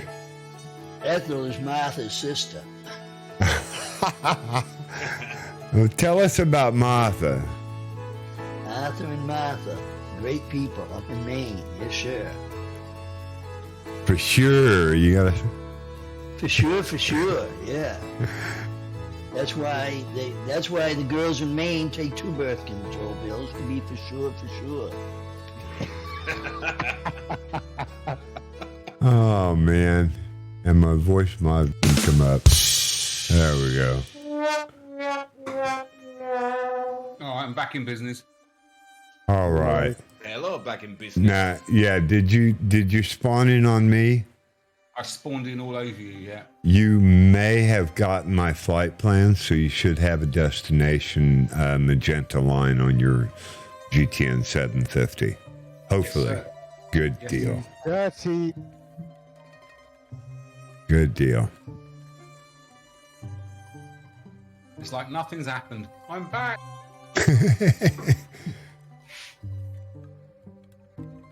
Another one of the back family.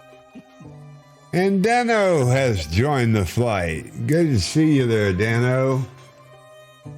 That mean Ensign has joined the Twitch How's stream. McGarrett? No, Oh, this is bad. not that Dano. Look him. Book him, Dano. Right at one.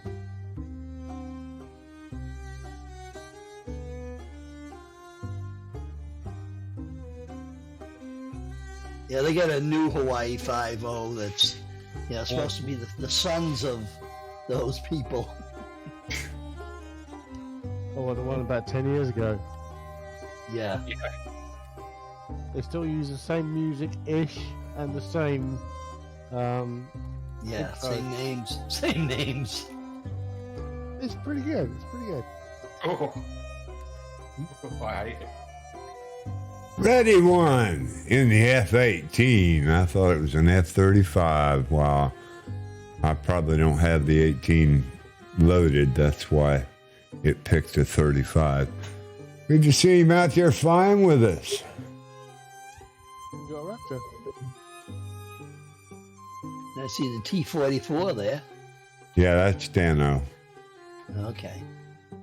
Yeah, I grew up in Hawaii and I saw them film Hawaii 5-0 one day, and they got there early in the morning. They set up. It took them hours to set up.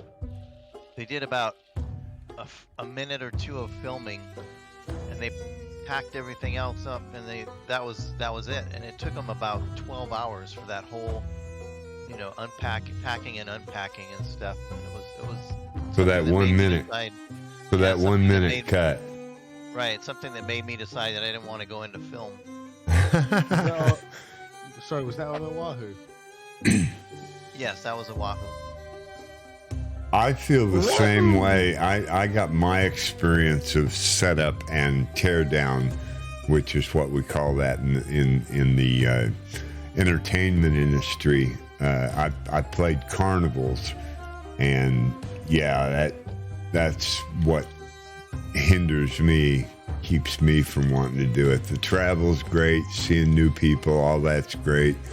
The show, it's fun, but man, moving is such a pain. Oh, what stress. Like you say, set up for 12 hours to do a 4-day show, and then have to do 12 more hours tear down to drive to the next location. Whew. Tough.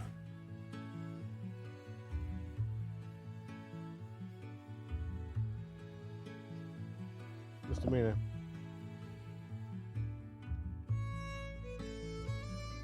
I did that once with truck driving. Had to go in and they were tearing down a place that was they had made a show, and I had to sit there for almost 24 hours waiting for them to tear everything down, pack it up. They are the slowest people I ever saw. Ship it out raw hide. Well, especially on carnivals, you got to understand they've been working 12, 14 hours a day for a long time by the time they have to tear down. And then they work 12 and 14 hours straight through. And if they're not done, they do another 12 or 14 hours straight through without any sleep before. I mean, it's got to be done before they can pick up and go. Yep, and they have time limits, and Oh yeah, it doesn't matter how long it takes. Just you can't stop. You got to get it done. they get into a town, and town says, "Okay, you're clearing out this date, so you got to be out by the That's this right. date." That's right. Or you start getting fines. Or, I've seen that happen too. That's a fact. It was definitely a different way of life. So, Dano, Dusty, how's that ravine flying? Is that pretty good? I can't watch your stream, Dusty. I'm enjoying it. I guess Except, when I see a bridge, it's too late. I don't know if I can make it under it. It's too late for me to figure out to fix the turn. You know, a lot of those, you can get under them. You just have to be within inches of the water by the time you actually cross under them. I've heard a lot of guys saying, well, since the update, this or that power line is lower. I don't think so. I mean, I'm still flying them the way I always do, and I literally have to get down within a foot of ground in order to clear some of them. So, but I clear. I haven't been caught by any of them. The bridges will get you. I mean, the bridges will get you. I think a lot of people sort of complain about, updates in the sim, but they've mapped out the globe, which is pretty incredible. And there's always going to be bugs. I mean, when it first came out, you must remember seeing the 2,000-foot skyscrapers that were just around, and oh yeah. It's going to happen, right? I mean, it's a mammoth task what they've done. It's far beyond any other flights. Nothing's done anywhere close to this. Yeah, that's a fact. And it's a 10-year project. They made that clear. But, I wish, my only problem is I feel like they could have used the word beta. I think they could have told us for our $100, we're gonna work the kinks out and they're gonna fix them. As long as we tell them what the kinks are, they're gonna fix them eventually. Is that damned if you do and damned if you don't, right? So if they haven't released it, people are complaining, well, why haven't they released it? That's right. Bugs, right? So, yes, you purchased it for $100, and yes, that's a lot of money. And it's getting better every day. $100 is across those 10 years. And if you look at the flight hours and think how much time you've invested and how much fun you're having with it, that's right. It pans out quite nicely, right? And almost every time you turn around, something gets a little better. A lot of times that makes something else break, but hey, they're going to fix it. Just give it a minute. Yep. We've got, is it in Sim Update 10, I think the DLSS is being introduced? That's what I hear. And that should enable the, DX12 to work better? Is that the idea? I think DLSS in general, I don't think it relies on 12. 12. Oh, okay. But what it should do is it enables basically the processor to not have to, the graphic processor not have to work as hard to generate the same sort of effects, really. So it cheats. Okay. So you'll end up with a smoother, better looking sim ultimately. I'm all for that. I mean, I'll be honest, I didn't spend $100 on it. I'm on Game Pass, right? So right. And I'm more than happy to pay for Game Pass because I get all the other benefits, things like Forza and all the other parts. Right. So effectively, this hasn't cost me a penny, so I've got nothing to complain about. And see, I've got the Game Pass also, but I didn't acquire it until, after I had purchased the sim and found out Xbox was offering that for $1. And I've got the Game Pass now. I really don't use it. A couple of things. I don't have a yoke, so I don't play Forza, but I suppose I probably would. Yeah, you figure it out 10 years, $100, Yeah. That's $10 a year. Nothing. I mean, you'd pay that for like Netflix. $10. And by then you're going to have something so magnificent and fantastic. What are they going to do next? I mean, when it came out, there was no talk about VR when this came out, and after the interest levels peaked, they brought out the VR version. Well, right? and the same thing with helicopters. Yep. I mean, the same thing. It had to be the most important thing in front of them to the public. The most important thing to the public. If there's one thing I wish they would do, and a lot of people say, no, they need to be working on other things and fix other things, but what people don't understand is there isn't just one team working on it. There's multiple different teams working in different areas. If there's one thing I wish they would introduce into this, especially with people like console players, is a virtual airline. So you can actually play together and have missions, a bit like Neofly, but have it in integral. So you've got a purpose to fly. This is a purpose to fly, right? I'm flying with you guys now. You're going around the globe. This is a purpose to fly. Exactly. And once you get over the initial buzz of flying around the entire globe, which, to be honest with you, lasts for quite a while. Almost a year worth of flights, yeah. A little more than 350. I don't know if anyone here plays Euro Truck Sim, but Euro Truck Sim is a great example. They've now brought out the multiplayer instance and that, and whilst they don't have a virtual company, it's so much different when you're playing with other people. Having a virtual company where you actually, you earn the aircraft, you work your way to earning them, you get your bank balance, you buy them, you have to fuel them, you pay for staff, whether that's real staff, as in humans playing it, or whether that's AI staff. They have a couple of games like that where you go and you buy you buy the airplane or rent the airplane, and then you build your company, and then you go and you buy commodities and you ship them, and you bring the commodities from place to place, and then you pick up commodity and you sell it someplace else, and you make money and build your company. Yeah, Air Hauler is one of them. Yeah, I've got Air Hauler. Yeah. I've also got Sky Park, and I've also got Neofly. I've tried them all, but I'm thinking more about when they introduced this and brought this to the console. You've got a different market. The people that play on a PC, well, irrespective, they'll always get the plugins and the little bits and make, the career mode and all the rest of it. When you're playing on a console, you've got a different type of gamer. You've got somebody who likes the quick fix. They're like, they expect a different type of behavior. So for me, if they brought out something like that, I think it'll be a win. They can't lose. Right. And the interest level will just peak phenomenally because, if you're playing in a company with somebody else, you've kind of got a responsibility towards them. And whether, it's all artificial at the end of the day, but you kind of don't want to let your friends down. You want to do bits for them. That's right. If you're flying together and doing a cargo haul, it's the buzz of doing that. That's I think the thing that will really elevate this. I mean, it's incredible, right? Graphically, it's incredible, provided you've got enough power to do it. I don't know if anyone here plays on a console, but I've got a Series X, and I am gobsmacked. It plays as good, if not better, than my. Oh sure. Oh yeah, because you're not weighed down by the community folder having corrupted, or I don't mean corrupted, but you know what I mean. Clunky add-ons. Clogging it up and slowing it down.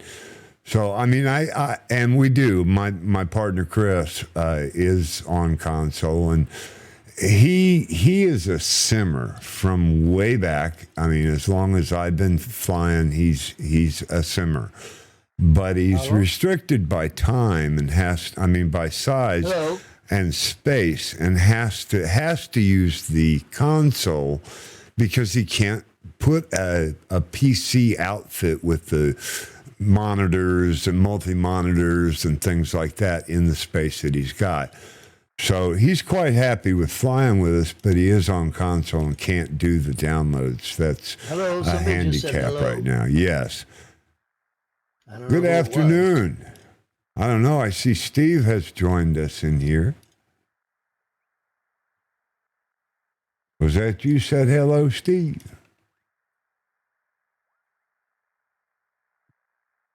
Oh, he's muted.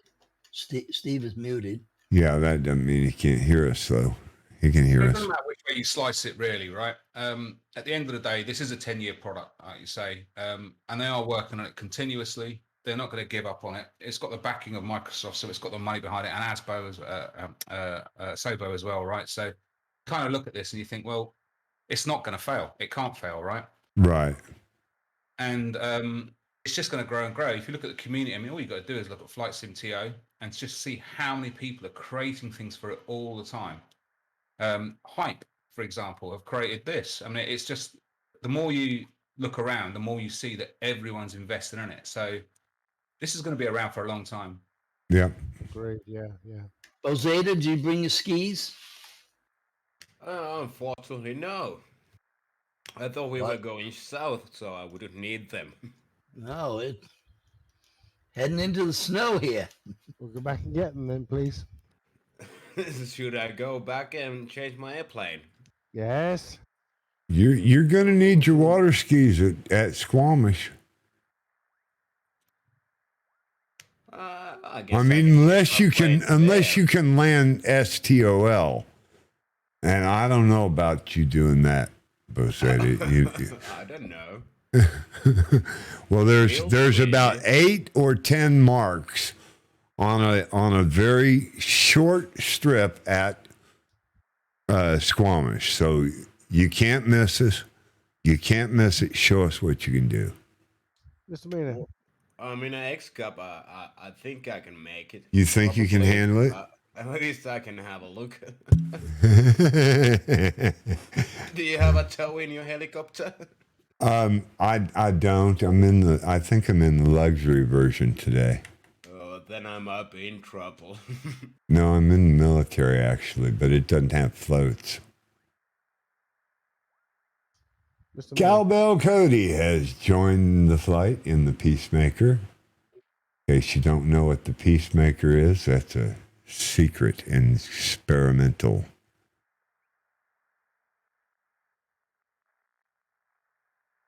So is somebody calling me then? Yeah, CC. Hey, I Stacey. think he's CIA.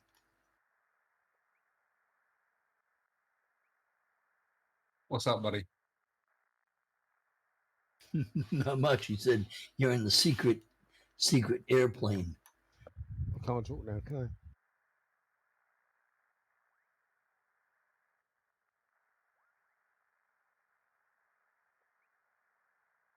Well, it's getting a little foggy out here. You're live weather. I'm at 12,000 right now. Holy.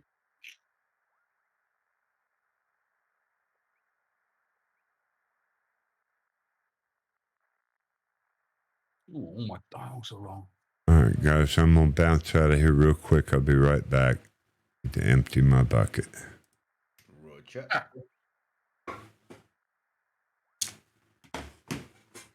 You shouldn't say that.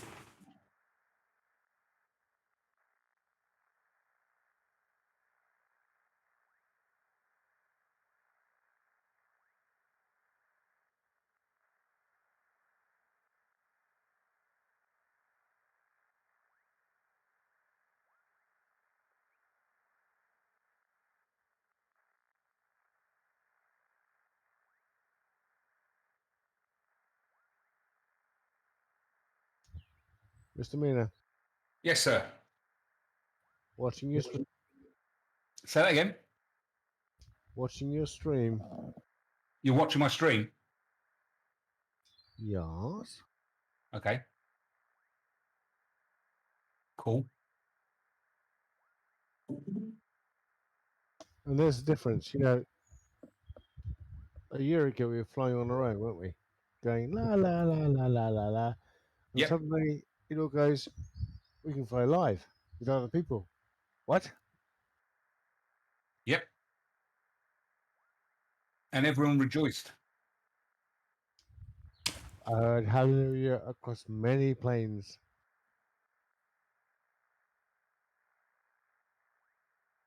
I bought some Dross planes, right? I bought the Eurofighter when it first came out, because it just felt right too.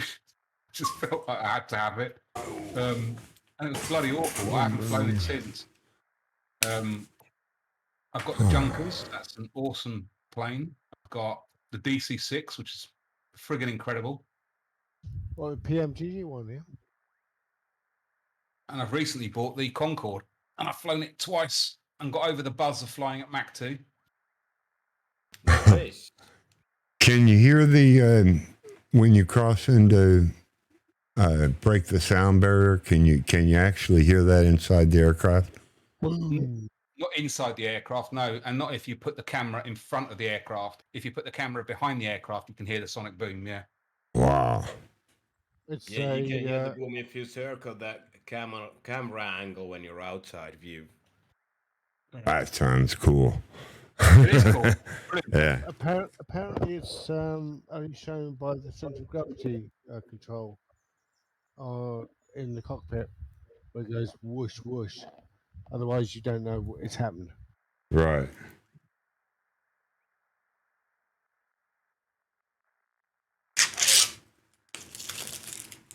But I look at it like this, you know, I didn't pay full price for this. Will I pay full price? Yes, at some point if I give up the Game Pass, I'll definitely buy it. But I'm kind of buying it long term. I'm effectively renting it, right? Yeah, And that works for me because I get all the other benefits that come with it as well, right? Having a console, so it's kind of like, well, why wouldn't I? Right. And every plane that I buy, yeah, some of them are crap. That's on me because I didn't read up about the aircraft. I read up about the H145 before I bought it. I read a lot of reviews. I watched a lot of videos, and went, you know what? Yes, they can have my Yeah. money, and they can Yeah. have. That's it. You can't find anything, derogatory or negative about it. There's and I'd never rather- been a review that I watched one that I expected was going to be kind of iffy, but he did not. He didn't have nothing bad to say about it. And on top of that, I kind of figure, like hopefully a lot of people do, when you get an organization like Hyper have put the time together to put this, and it's a lot of bloody effort, right, to put this in. Yes, the community have fed back the information, but that's because they've requested that information in the first place, right? They've gone work with us, and we'll produce you a product that's going to work beautifully. But it's about giving back to them, right? It's like they've put the effort in; they deserve that $35, $40, whatever it was. Oh yeah. And the additional $30 for the action pack. Oh action yeah. pack. I think I was probably the third to take that action back. It's like, oh yeah, take my money. I don't know if I have it, but I'll find it. Take it. It's earned, isn't it? Yeah, they definitely have earned it. but it's nice how they actually email you when it's available, as opposed to going, "Is it available? Yeah, I'll just check now." Yeah, their customer service is unbeatable. There's nobody that's even close in the entire industry. Very impressed. You guys can pretend I'm not here. It's okay. Hey, No, it's not bad. I figure you just hang out. I don't know if you're listening or not sometimes, Steve. I do. I'm working and not supposed to be doing this, but you know how it is. That's right. We love you. The product is unbeatable. I mean every word I say. Steve, you checking up us again? Really? I agree, Steve. I think it's probably it's definitely one of the best purchases I've made, and I've bought a lot.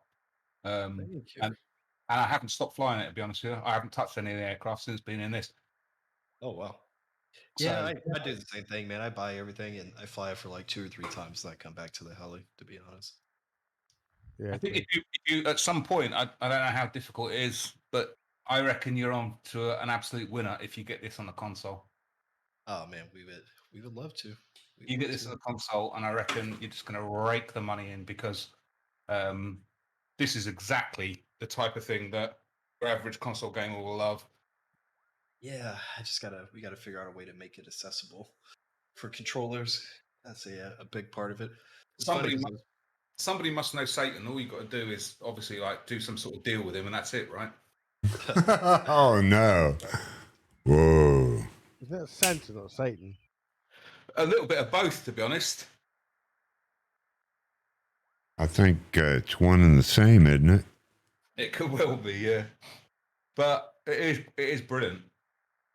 I mean, I've done a couple of flights now, and I'm playing it exclusively in NeoFly. So I'm, flying from one place to another, and it's probably one of the slowest aircraft that I've got available in my roster. which aircraft is that? Sorry, Which aircraft? any aircraft. I mean, I've got a Oh. whole slew of them. Right, this is one of the slower aircraft in there. Oh, max gotcha. is like 135 knots if you're lucky. Yeah. So I get it's one. slow, but that doesn't matter to me. It's about the fact that I can pivot on a spot, I can land in places where I don't have to think about glide slopes or localizers. I can just come in and land and put it down. And with the action pack, and hopefully with the connectivity that you guys are bringing in with NeoFly, you've now got a whole wealth of different type of activities, right? With the winch and the search and rescue type missions are just going to be mind blowing, right? And that's just the beginning.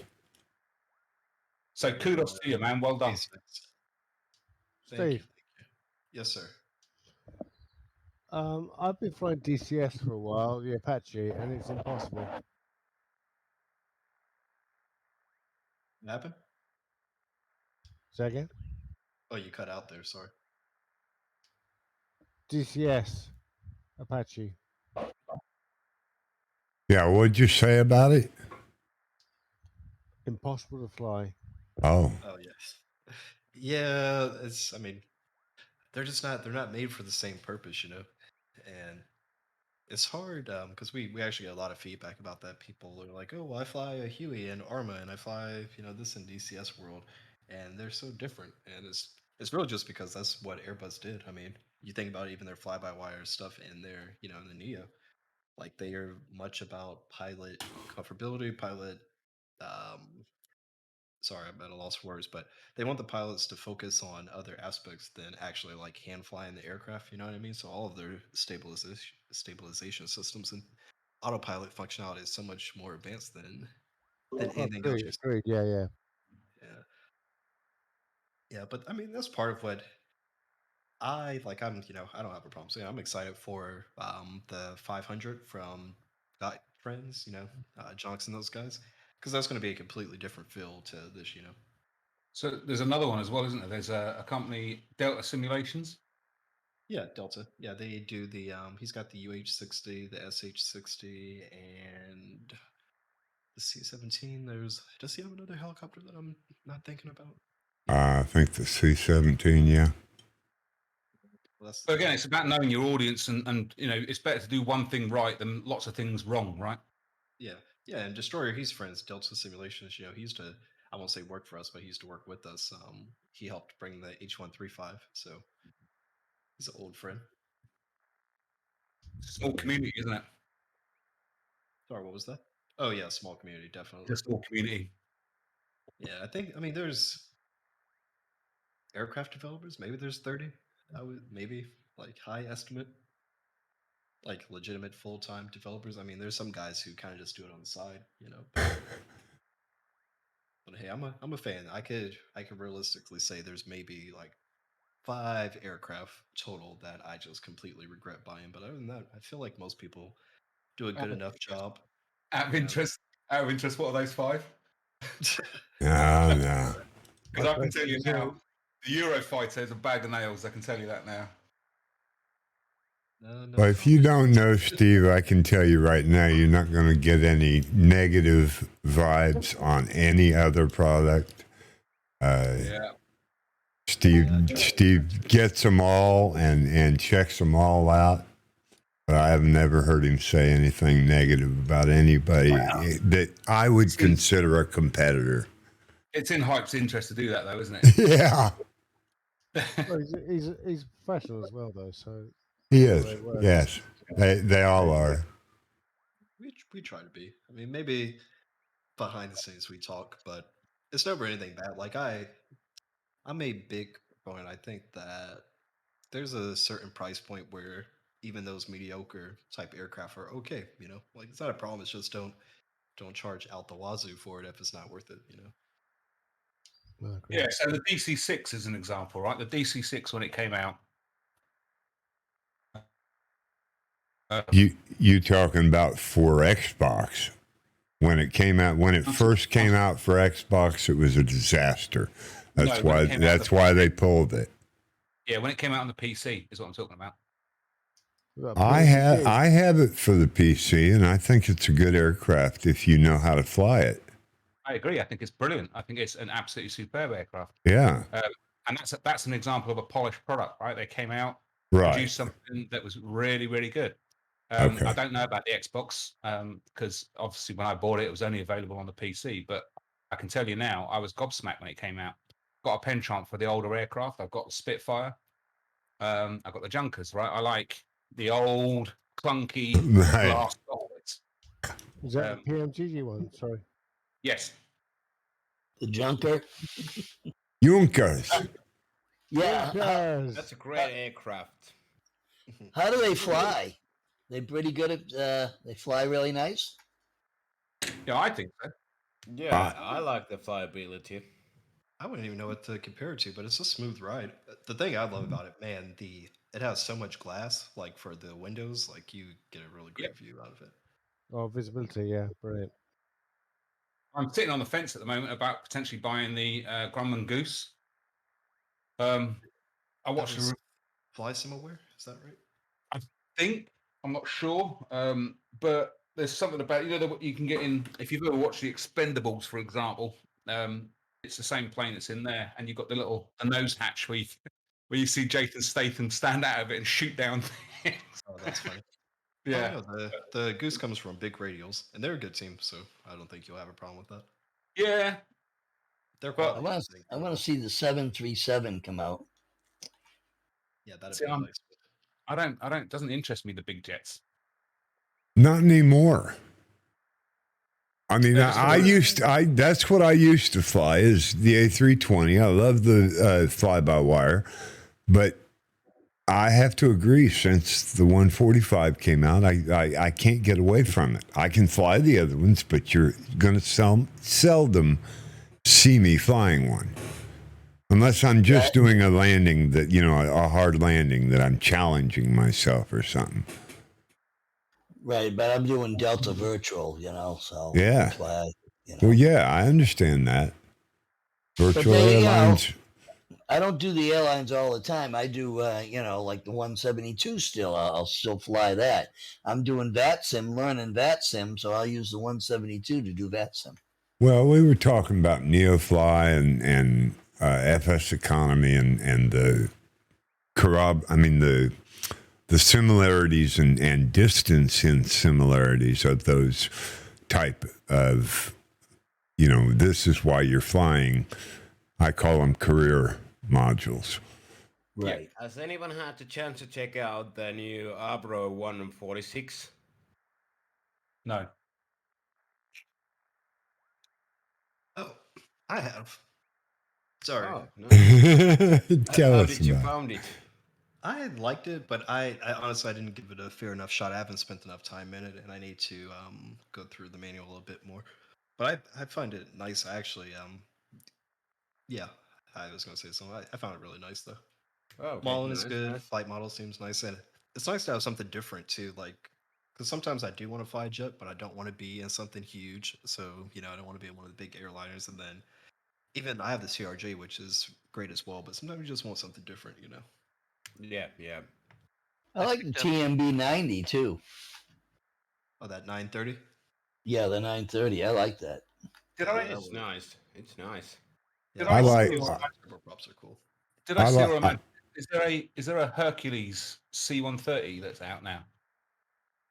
Oh, there is, but it is a exterior model only. There's no cockpit. Yeah, it's a port over, right? You're away from that then. Okay, cheers. I picked up the Dornier. Is that how you say it? It's A Dornier. lot of Flying fun. boat. Yeah, the flying boat. It's a lot of fun to fly. It's so smooth and the great views, and it's fun to look around when you're flying and you see the big propellers in back, and they've got other instruments outside the plane. So it's been a lot of fun flying that one. Cool. I'll be When I back saw in that a one though, minute. I was surprised that one had that propeller right above the pilot. I'm like, that seems like a hazard. I guess back then at least they were wooden, wooden propellers. Yeah, I guess you didn't want to stand up and stretch back then. I'd like to see something like the E2 Hawkeye on a carrier. Be able to do carrier landings. I think, man, we're getting that Top Gun update this month, right? Yes. Yeah. And I feel like they held that one back for the update because we already got the aircraft, so it's probably going to be the. Did they hold that back for the update, or did they hold that back for the release of the Top Gun movie?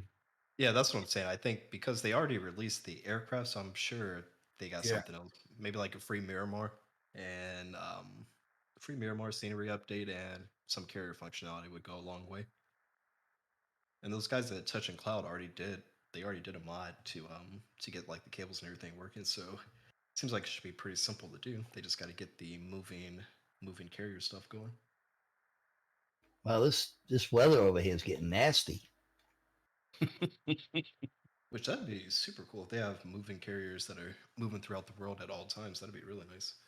Oh yeah, that'd be. Didn't I see one come out, a moving carrier? Yeah, there's a mod on FlightSim.to for one.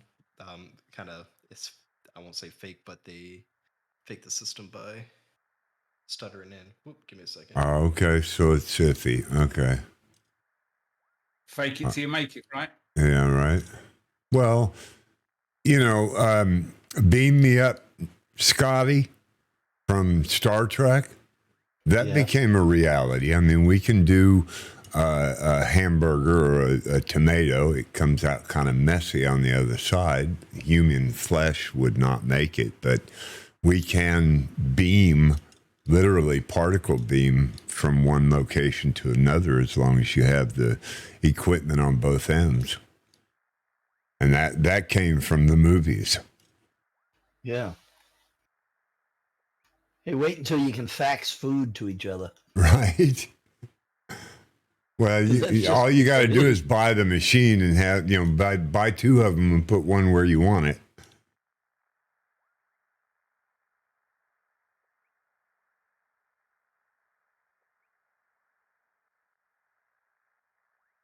Now the space industry is all privatized, basically, so.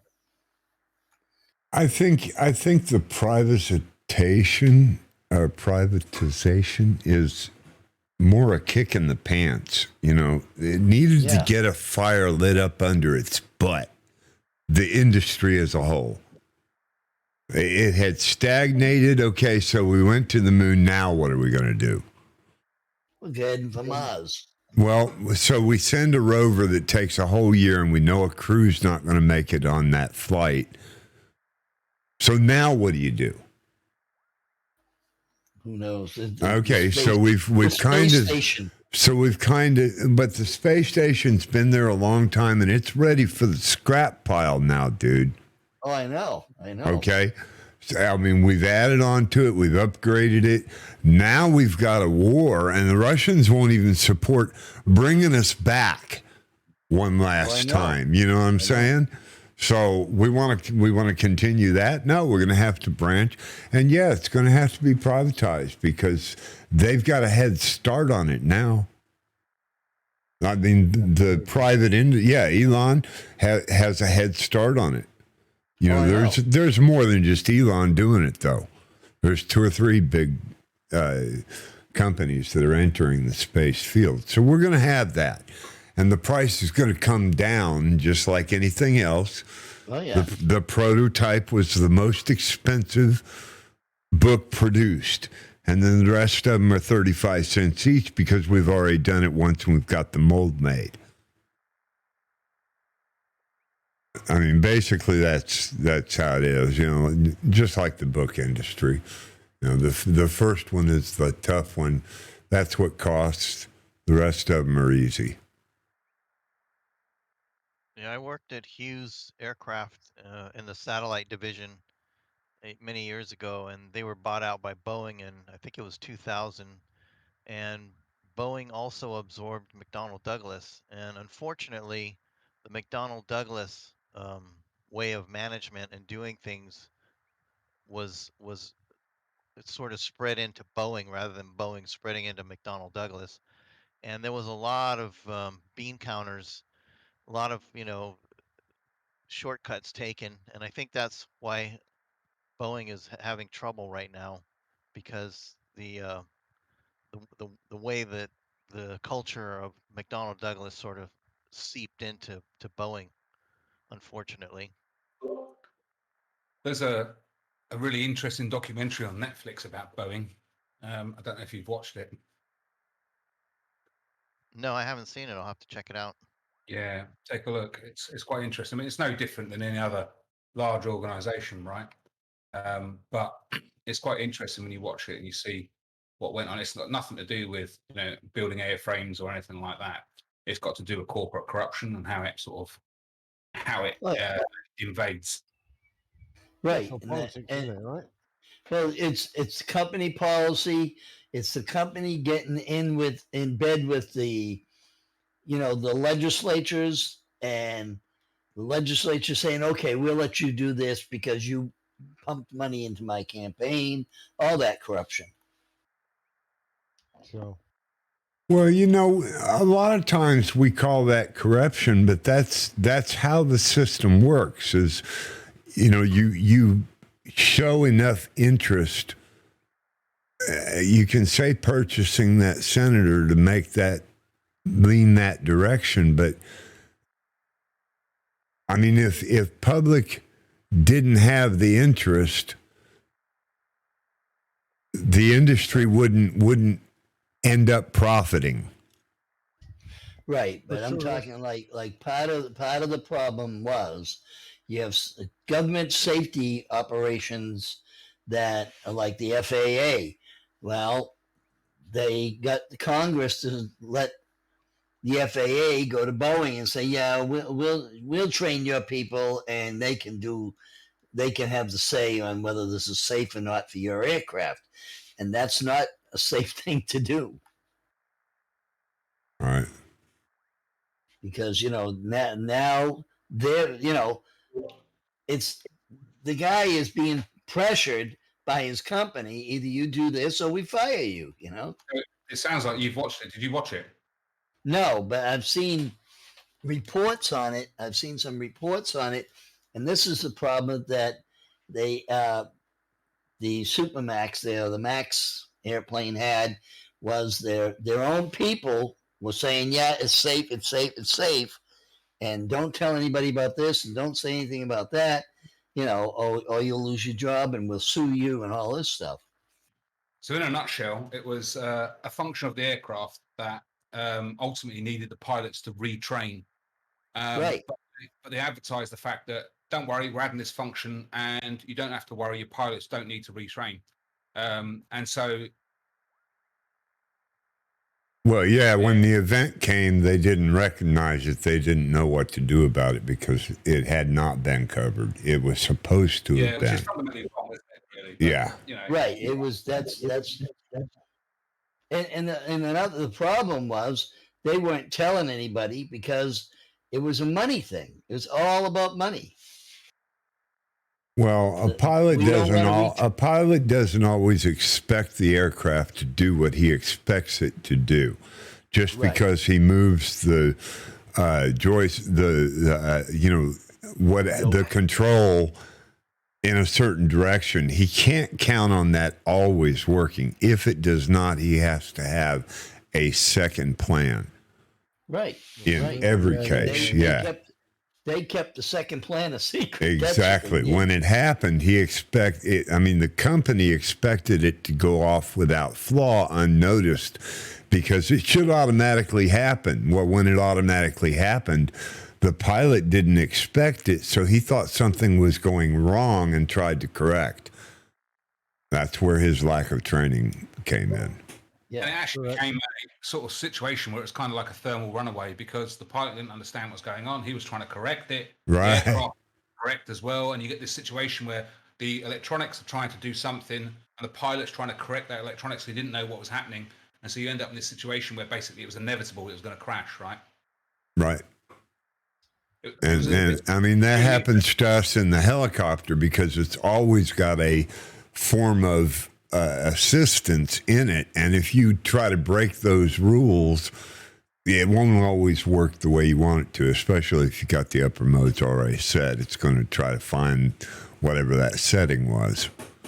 It's a really interesting documentary to watch, and if you've got an interest in aviation in any shape or form, or even corporate corruption, or just how big businesses sort of mess around like that, it's worth watching it just from an do you have a link to that? Drop it in voice text chat.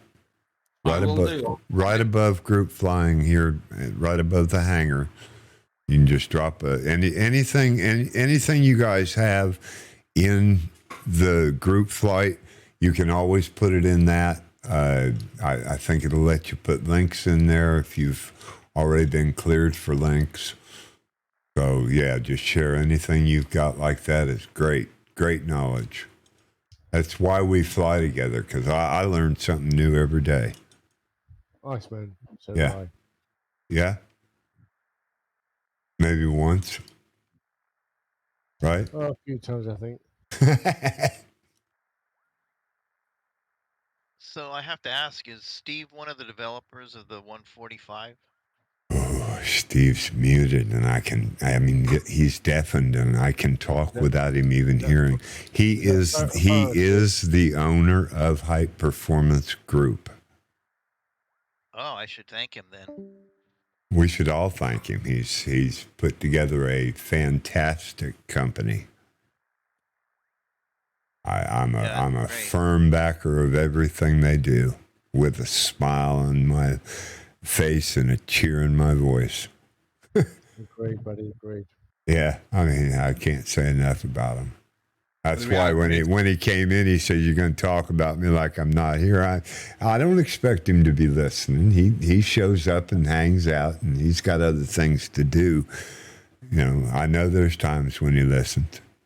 That shows real commitment, doesn't it? Yeah, that's what I'm saying. Is you can go to these people, and if something's wrong with the helicopter, if something with a release goes wrong with yours and nobody else is having that problem, and you tell them about it, I'm not a developer with them, so I can't promise you, but I've watched it happen within minutes, and another version will come out. Oh, we missed something. We fixed it. Here it is. And just because you told them, hey, look, something's wrong here, and man, they're right on it. Loving that, buddy. Yeah, they're right on it. It's pretty amazing that they create what they did because, like you said, the sim isn't really set up to do helicopters, and the accomplishment they made is pretty amazing. That's right. It's not geared for helicopters at all, and they've basically bastardized it to make it that it'll actually work. Right. So.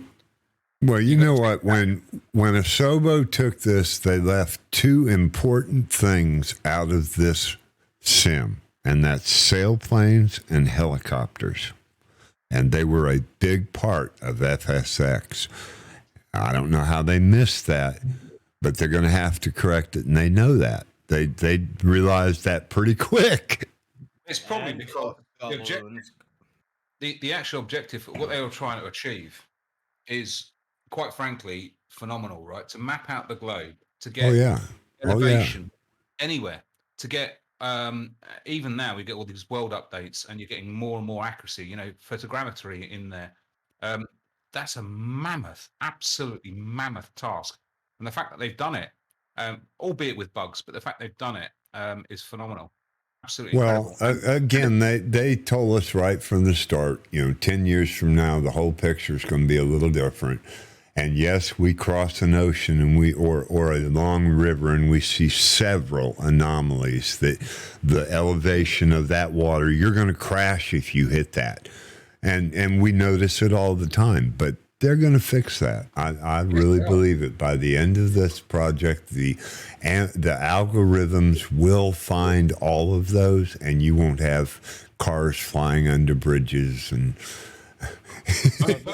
I don't think it's going to be a 10-year product. I think what they're going to end up doing is it's a 10-year ambition is what it is. And I think what they're going to find is that the take-up is great, all right? It's enormous. Yes, you've got people who want X-Plane and all the rest of it. You'll always have people in loyalty camps. But the reality of the situation is that this is an absolute success. And the 10-year will quite easily, I think, turn into a 20-year product because of people like Hype, because of people like BMDG, because of all these other developers that are bringing out new ideas, new developments, new ways of fooling the system into working. And that's the thing. Hype's got to perfect the platform where the community can perfect what not Hype, Asobo has created and perfected. Once they've done the 10-year perfection, I think they'll drop off and let the community go for 10 years, just like they did with FSX. Well, I never played FSX, right? But I watched. I wish I had actually. I watched. There were, as I understand it. Please, if somebody's played it, correct me if I'm wrong. But I saw people playing air traffic control roles. Yeah. Yep. Yep. I mean, that's phenomenal, right? If you don't want to fly an aircraft, but you actually want to manage them coming into an airport, that's incredible. You know, outside of FATSIM, right? You were actually there coordinating the aircraft in.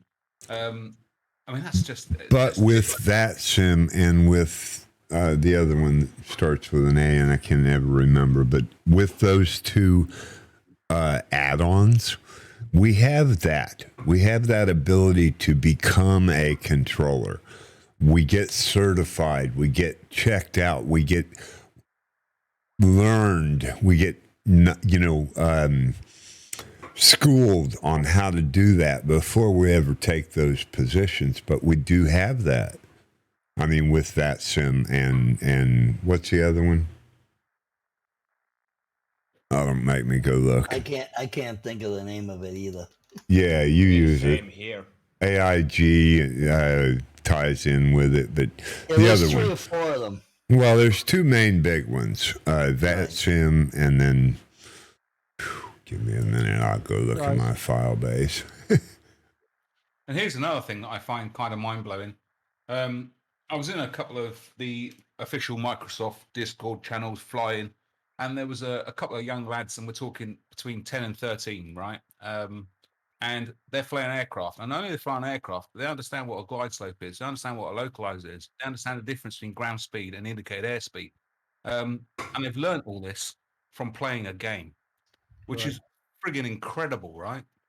If you Well- can actually make something where people can learn and properly learn and understand and want to learn. And that's why I say we can't cut the Xbox gamer out of these flights, because Nope. that Xbox gamer is our next flight simmer, dedicated flight simmer. Great. You know, They can be 10 future years, pilots 20 as years. well. That's right. And that's not to mention, not to I'm mention talking about future pilots too. I'm talking about Yeah, two kids you between got- the age of 10 and 13. Yeah. Understand that. Right. Yeah. Yeah, but that's great that they're learning this stuff at a young age, and they'll have knowledge. Okay, there's a Wh- trucking company, Werner, I think it was, Yeah. that had a truck Yeah. simulator, and they used to make their drivers go through the simulators. You know, so these games are helping these industries. You know, people look at these kids at 12 and 13 and 14 years old, but by the time they're 18, they'll have an idea of what they want to do in life. Yep. Not a game, a simulator. Yep. Well, a lot of people don't know that back in 1960s and 70s, I think it was probably 65 or something, Sounds like it could go wrong. 68. They were Flight Sim. Microsoft Flight Sim was the Navy's flight simulator. It is what they used back when I was flying polygons.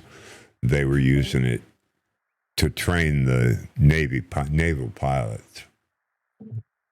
We can go a little bit further, right? So there's something called America's Army, which I'm sure those of you in the US will probably be well aware of.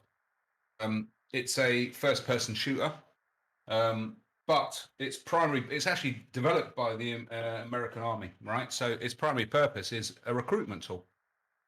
Yeah. I know the game. I played it a couple of times. Yeah. And its when purpose it is. came out, it was brilliant. I loved it. But In Zoom. just the concept, right, of having a game.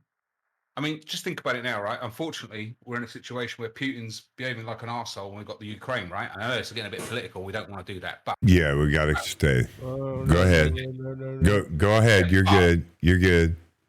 But the fact of the matter is that you've now got young children. I mean, this warfare is nothing about pilots anymore. It's about drones, right? You're flying an aircraft from some, base 6,000 miles away, right? So how's that different from a flight sim?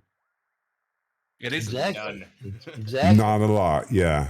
It's the same. They're same. sitting in a room Yeah. and they're flying, and they can see it on a screen, Yeah. and they're watching it. In fact, it's an awesome Right, flight. Matt, you're right. Look at I when know it sounds like I'm making light of the situation. I'm not. What I'm saying is that the reality of the situation is that the next generation, Yeah. you know, it is about what we're doing here, but on right. a real life scale, right? Yeah, that's true. Giving them the experience to be in the military operating those drones. Sure. I mean, Agree, buddy. Agree. Not only that, there's again with the trucking industry.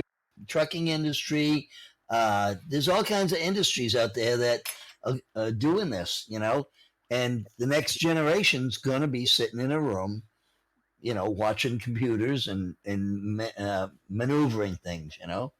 Yep. I'm watching your vans via GPS. Yeah. They when I was in the military, we had a special. I worked in P3s, and they took this camera, and we went down to Love Field in Texas. Sorry, And a couple P3. P3 is a patrol aircraft for the Navy. Thank you. And what they did was we took this airplane down, and we put this camera thing in the. It was on a little.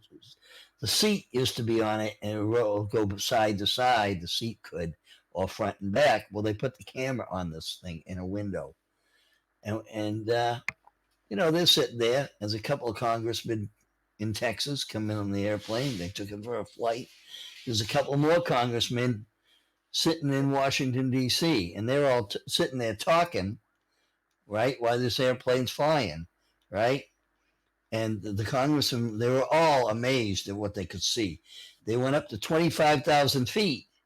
And he said, I could see the vehicle on the road just as like I was standing right near it, and they were just so amazed.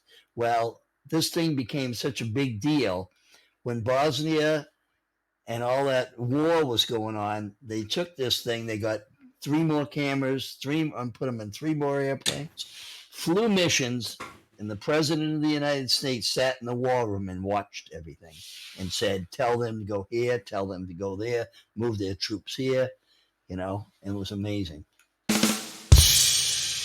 So when did you serve in the military, Matt? I went from, I did 76, 96. 76 to 96. Yeah.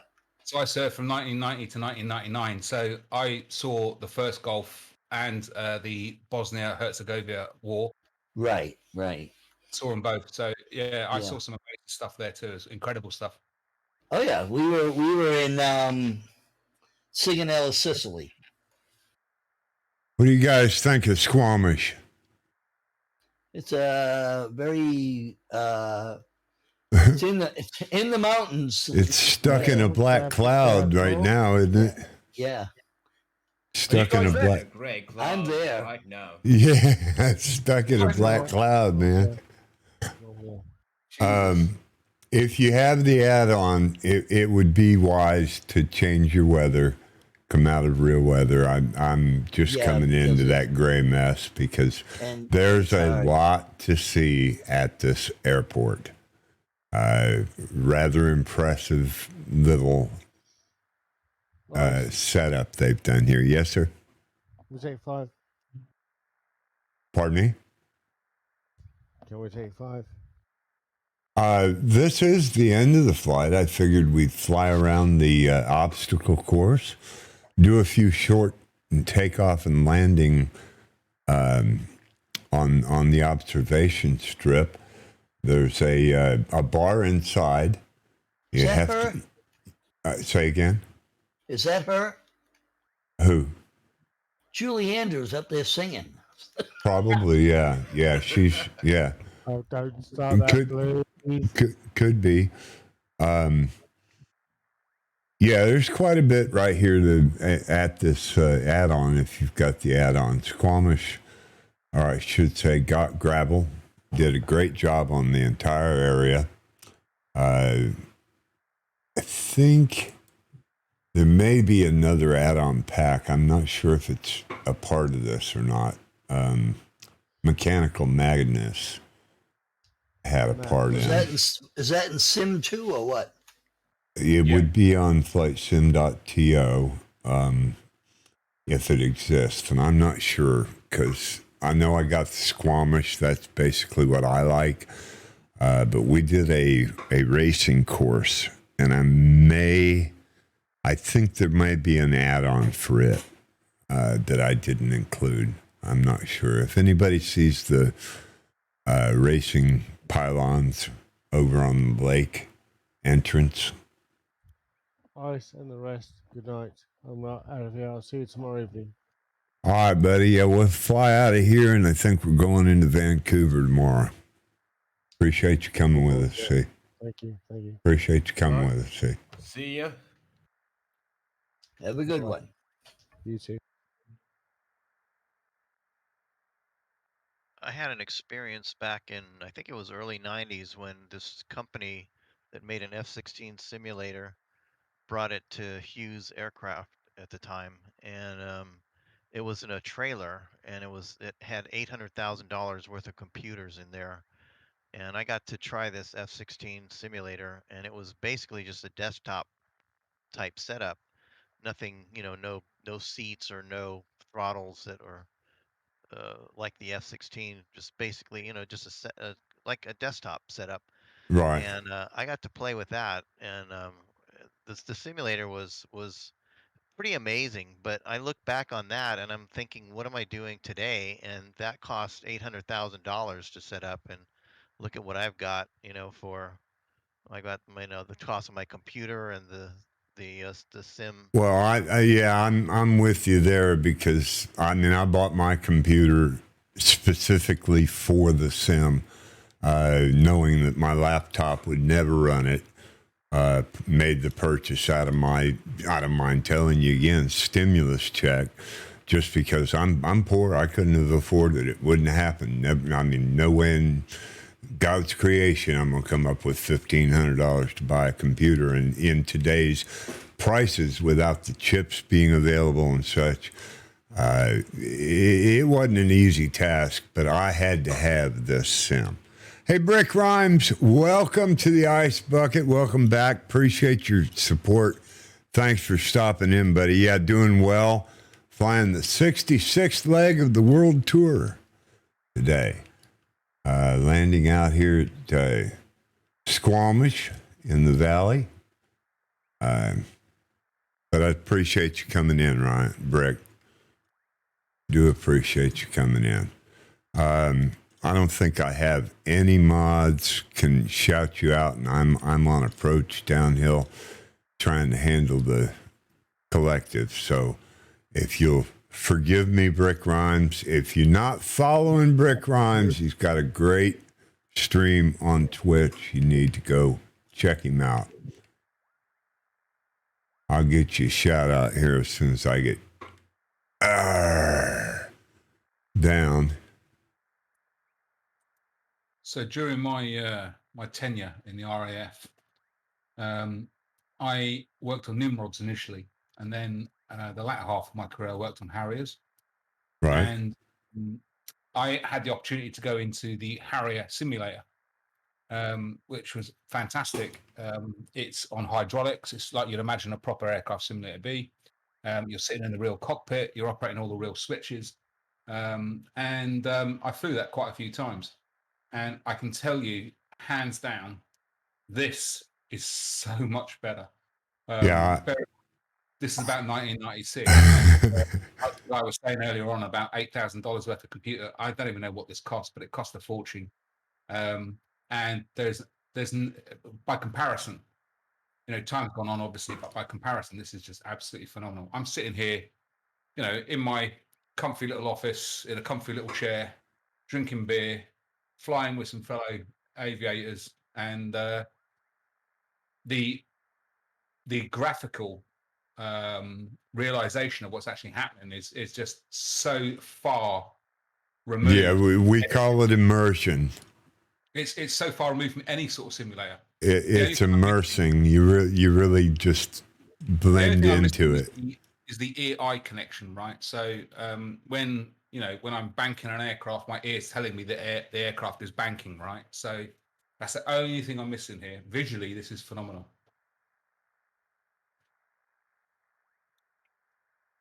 So right across the street from you guys is the stall landing and takeoff field. Whoa! Look at there. 8 Shires raids with 80 viewers. Thank you, 8 Shires. Thank you. I'll get down here just a minute, and I got a couple of shout outs I got to give. You guys look around. I'm gonna park over here by the stall landing area and see if we can't challenge Bozeta to get down within the lines of this strip. Bozeta boy, you up for a challenge? I guess so. I didn't even warn him. He was getting drug into that. I like Squamish. It's actually got an observation deck over here, and I'm just going to slam it down on the ground. Maybe I'll get back up a little higher. I fell down in a hole. Come on, Ice, dude. I can't land. I'm frame rate negative here. Okay. Anyway. Come on, Ice. Stop. Thank you.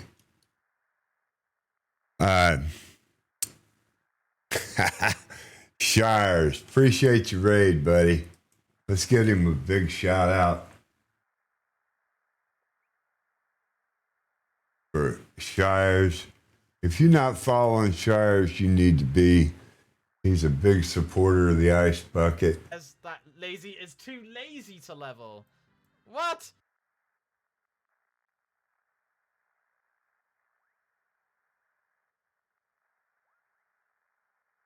So, that was a short clip. Or was it?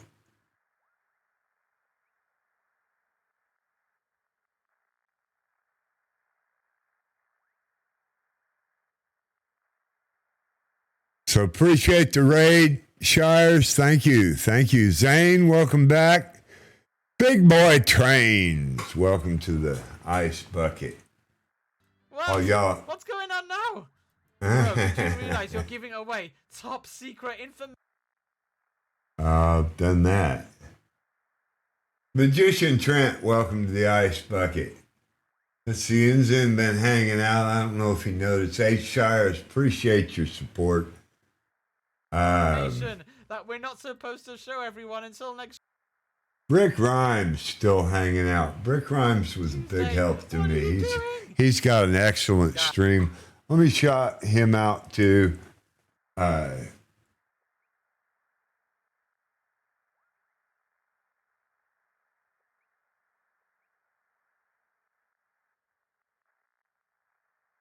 Enjoy a short clip from one of Brick Rhymes' most recent streams. Also.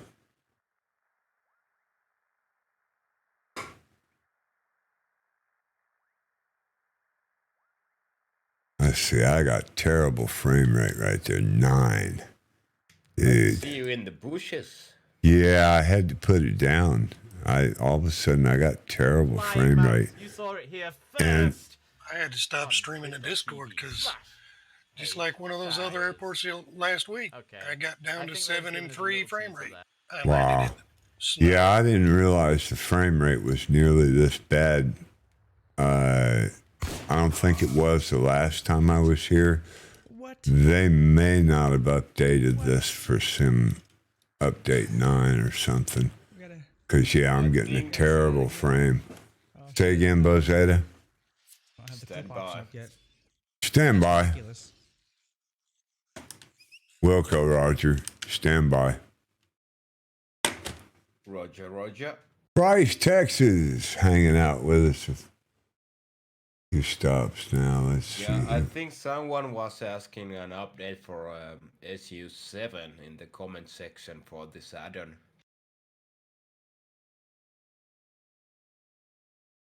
Yeah, it's not compatibility with some sim update 9.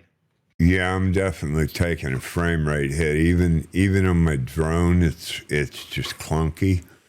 Yeah, the last So update is from last October. yeah, I noticed it hadn't been updated, but you never know what areas they've reset elevation data or what they've done to it. So hang on to this and update it whenever they do update. It is fantastic scenery. Yeah, it's unflyable. I'd go over here and show you the barracks and such. Oh, it's unflyable. It really is. I'm down to 10 frames. And I'll set it down hard over here by these guys, but yeah, I can't fly this. Sorry.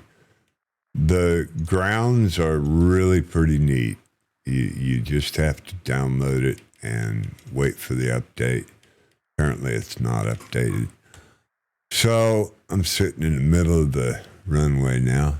Let's go ahead over here to... Come on, man. That's not what I wanted.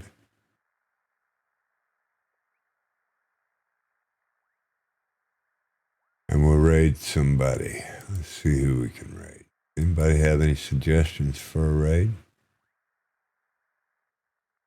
Open to suggestions, and you don't even have to buy them. Let's see. Raid who? We got Two-Tone Murphy with 194 in his house. Let's go see Two-Tone. He's a big streamer. This is one of the biggest streamers I know and funniest. Absolutely a PG channel. No problem there. Family, great job. Two-Tone's excellent. We'll drop in on him. Appreciate you supporting the Ice Bucket, everybody who's come into the Twitch stream, who's hung out. We're going to raid. Oh, man, past the raid, excuse me, that H. Shire sent. Thanks for joining us. Enjoy.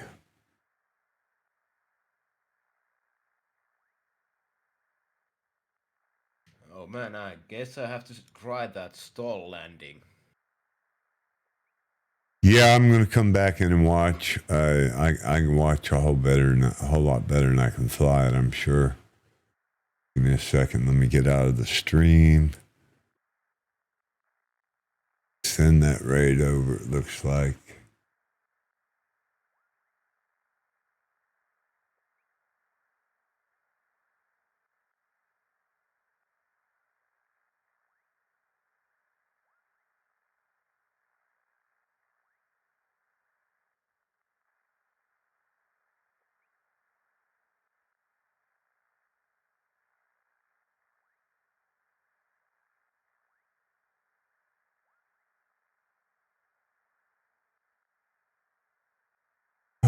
Try that. Yeah, I'm looking at that scenery. It's got a Quonset hut, a whole bunch of buildings, fuel trucks. It's a neat scenery package. I took too big a frame hit when I came into it, though. It's unflyable for me right now.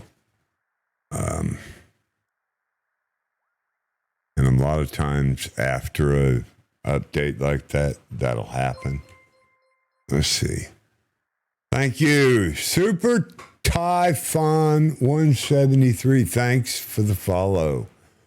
Wow, that was an excellent last minute follow, and I hope you enjoy the raid.